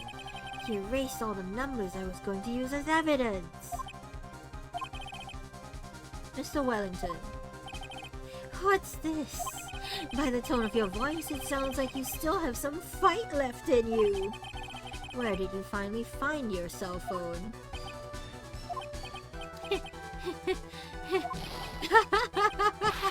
Oh, you are too much! And of course, you have no idea what I'm talking about. Huh?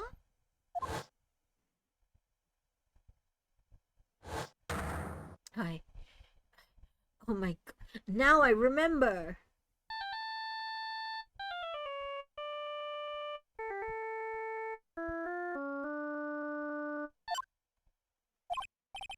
Huh, looks like they hung up. Ah, good. They finally found it. I got thonked on the head. So that's when... What's wrong, Mr. Attorney? Why that harsh glare in your eyes? Nick, we worked so hard to get this far, but if you don't do something quick, he's going to get off scot-free. I know this phone has to be his. But how am I supposed to prove something like that? Mr. Wright, if you cannot prove who the owner of that cell phone is, your indictment has no basis and therefore no power. It looks like you came up a penny short. Where did I go wrong? No, where did I go wrong?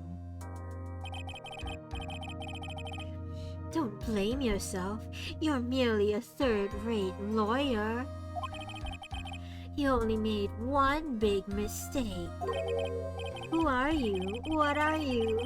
That's something you haven't figured out yourself yet. Who I am? This court hereby concludes the cross-examination. If that will be all, I'll have to bid you gentlemen and ladies goodbye. I have a reservation at that ultra-fancy restaurant on the upper side of town.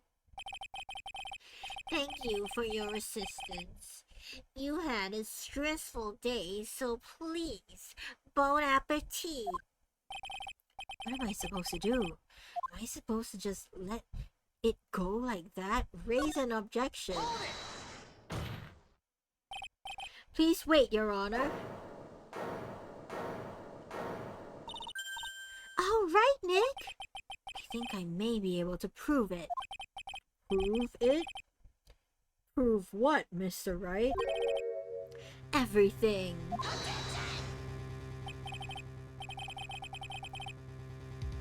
Where did I go wrong? I lost my phone. Your Honor, the cross-examination has already ended. Besides, the defense is just going to badger the witness with more inane questions. You will not harass the witness. Is that clear, Mr. Wright?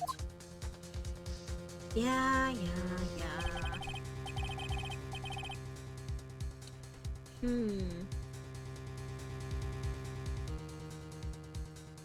Did you hear that? No harassment allowed, Mr. Attorney. Please, Your Honor. Come on. Very well, but this is your last chance, Mr. Wright. You may present one piece of evidence to the court. I only get one shot at this. If you cannot prove anything, One piece? The one piece? it's over for your client and for you. I mean, You fully understand? Yes. Yes, Your Honor. I'm sure you are all well aware, Your Honor, but the cross-examination period has ended. Shut up!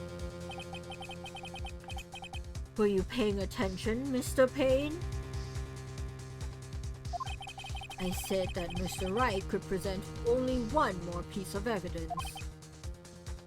Oh, Now then, Mr. Wright, this is your last chance. Freeman, don't give it up. Phoenix, come on, Phoenix. All comes down to this. It's go time. Please present the one piece of evidence that will explain everything. It's just my business card, isn't it? I wrote my cell phone number on the back.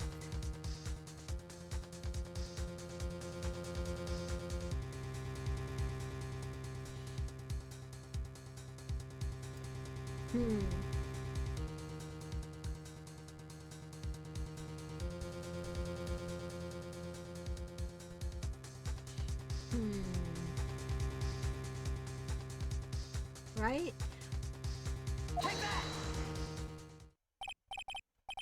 Why, thank you. How nice. Here, please have one of mine. Cool. It's written in fancy script. The ink is strong and clear, but I still can't read it. Wait, what am I doing? This isn't the time to be exchanging business cards. Uh-oh. 3?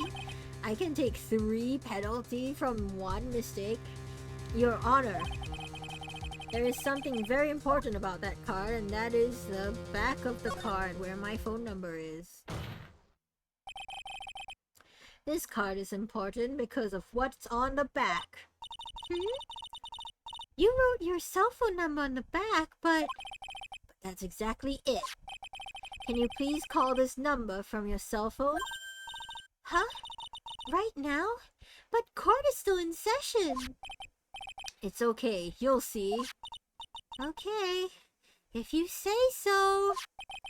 Is the defense preparing something, Mr. Wright? We are going to call my cell phone now. And then the court will see everything for what it is. Of all the idiotic, stupid things to do.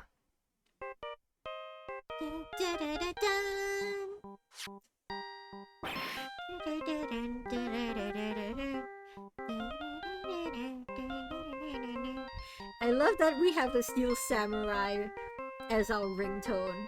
Maya has influenced us. Maya and Edgeworth. Huh? What? Why is my cell phone? And what's with this stupid sounding ringtone? How dare you? How dare you? It's a bomb. Mr. Wellington? How strange. I could almost swear that you're holding my phone. You're... No. It can't.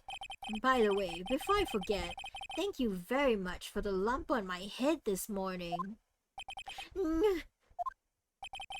I don't think I need to explain any further except to say, when you went to retrieve your cell phone, you mistakenly took the wrong one.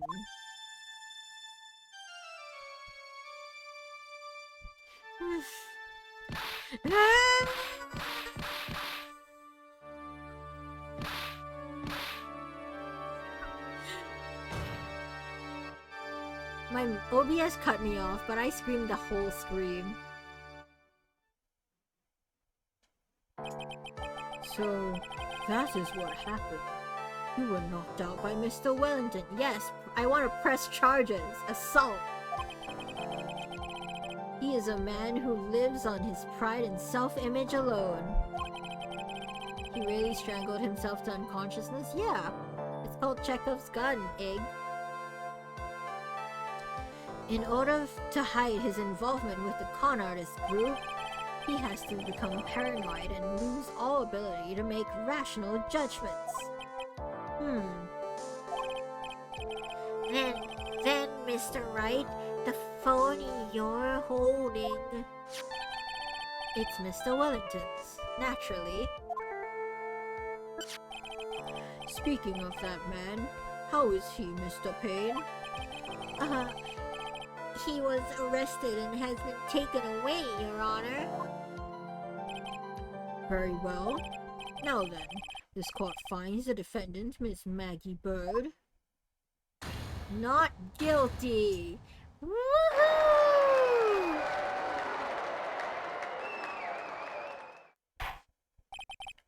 That is all. This court is adjourned. We did the tutorial.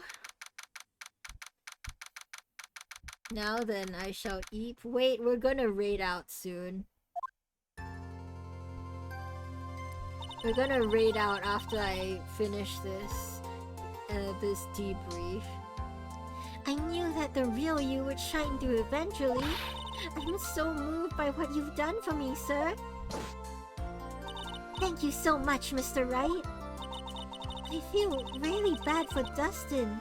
He didn't have anything. He didn't do anything to deserve this. It's probably because of me. Huh? My whole life has been nothing but a whirlwind of bad luck and failures. Your whole life? It can't be that bad, can it? Since I was 6 months old, I fell from the 9th floor of my apartment building.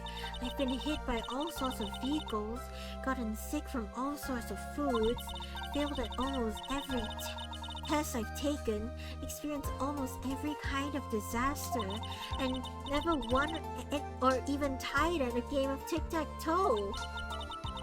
My life has really been nothing but a string of disasters. That is pretty bad. Up until I went to college, I was known as the goddess of misfortune. And then, at the academy, everyone called me Lady Luckless. Lady Luckless? What's worse is that my misfortune always seems to latch on to those around me. What do you mean? When I see someone in trouble, I always try to help. Ah, that's right. You were talking about this earlier. It happened again recently too, sir. There was an old lady pacing back and forth by the pedestrian crosswalk. I gave her my hand and, before I knew it, we were having dinner at my house. Oh! I'm sure that Dustin's gone because of me. That's not true! That glove didn't even have any sort of special meaning. It was just a present to say thanks for covering one of my night shifts. man. She's going through it. Hi, Aku. Welcome. Oh, I see. Everything is my fault. Dustin's death, your head being all messed up. Well, I don't think my head is that messed up yet. I'm going to find a new life for myself starting now. Next time we meet, I'm sure I'll have found a whole ocean's worth of good luck by then, sir. Yeah. After all, the goddess of misfortune is only a name.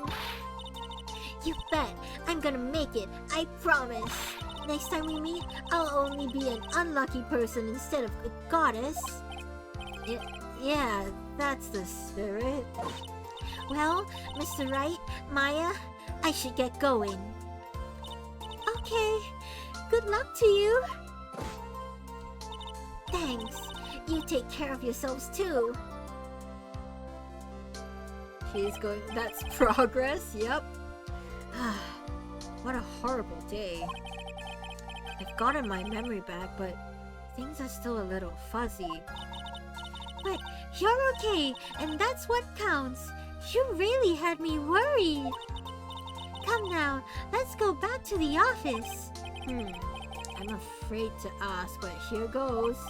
So, this might sound bad, but who are you? What? I thought you said you got your memory back. At that moment, everything really did come back to me.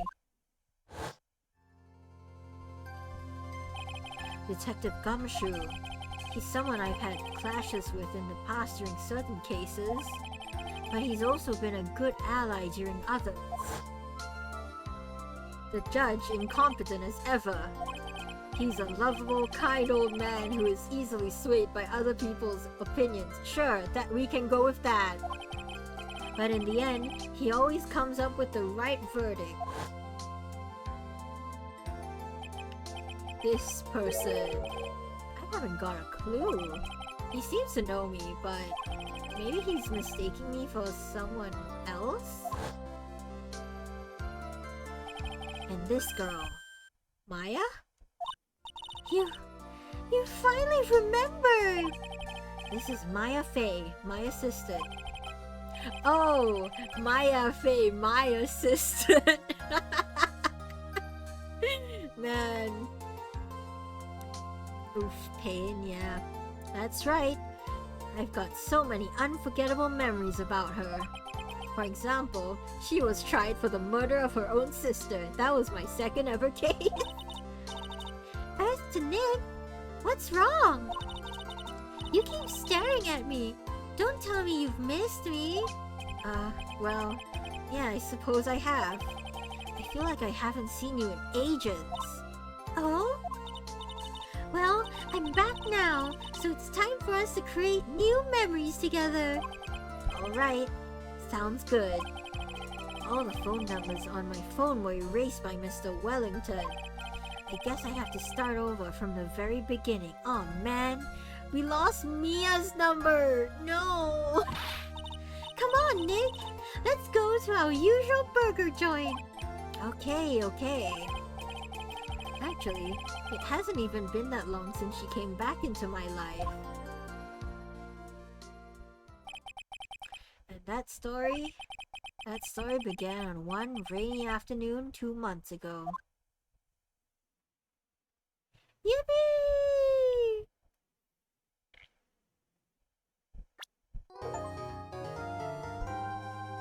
Yay! Hold on, wait, let me save. Yes. Yeah, we will. Oh, the save files are red. Cool. That was no accident. Oh? I was drugged with sleeping pills. I was murdered by that person.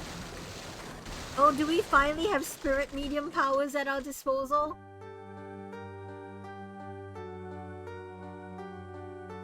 That's why I took my revenge. It's only fair, isn't it? Innie?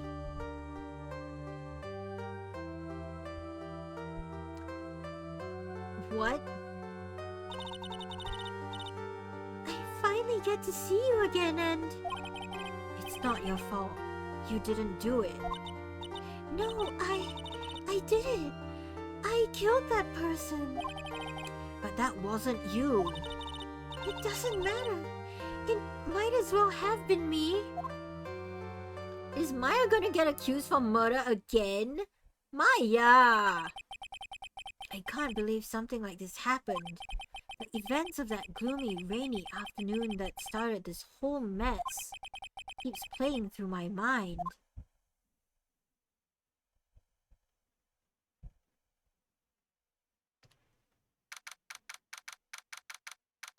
Okay, and that chat is a good place to end off. Who on earth are you? We'll find out next time.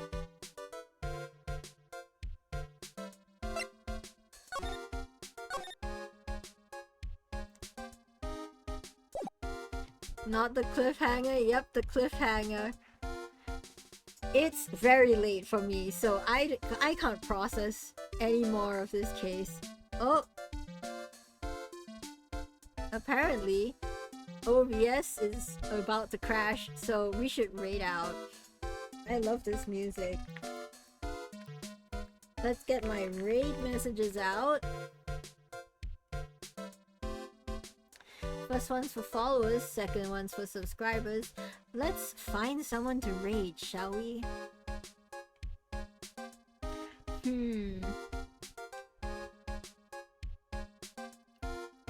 Who is live? Who is live?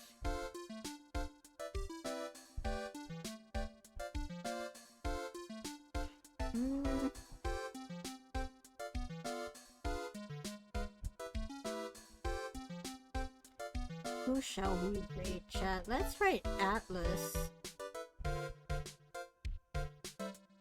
And as always, because I want to guide if you don't have someone. Oh, you have a suggestion? I was gonna raid Atlas.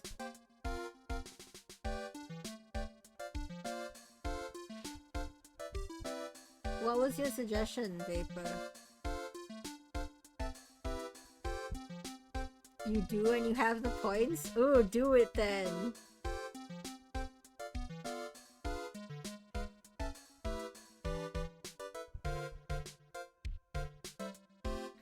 Hello, Sanji? Hello, Sajini? Hello, Sajini. Okay, wait. Let me search. Yo! Very cool.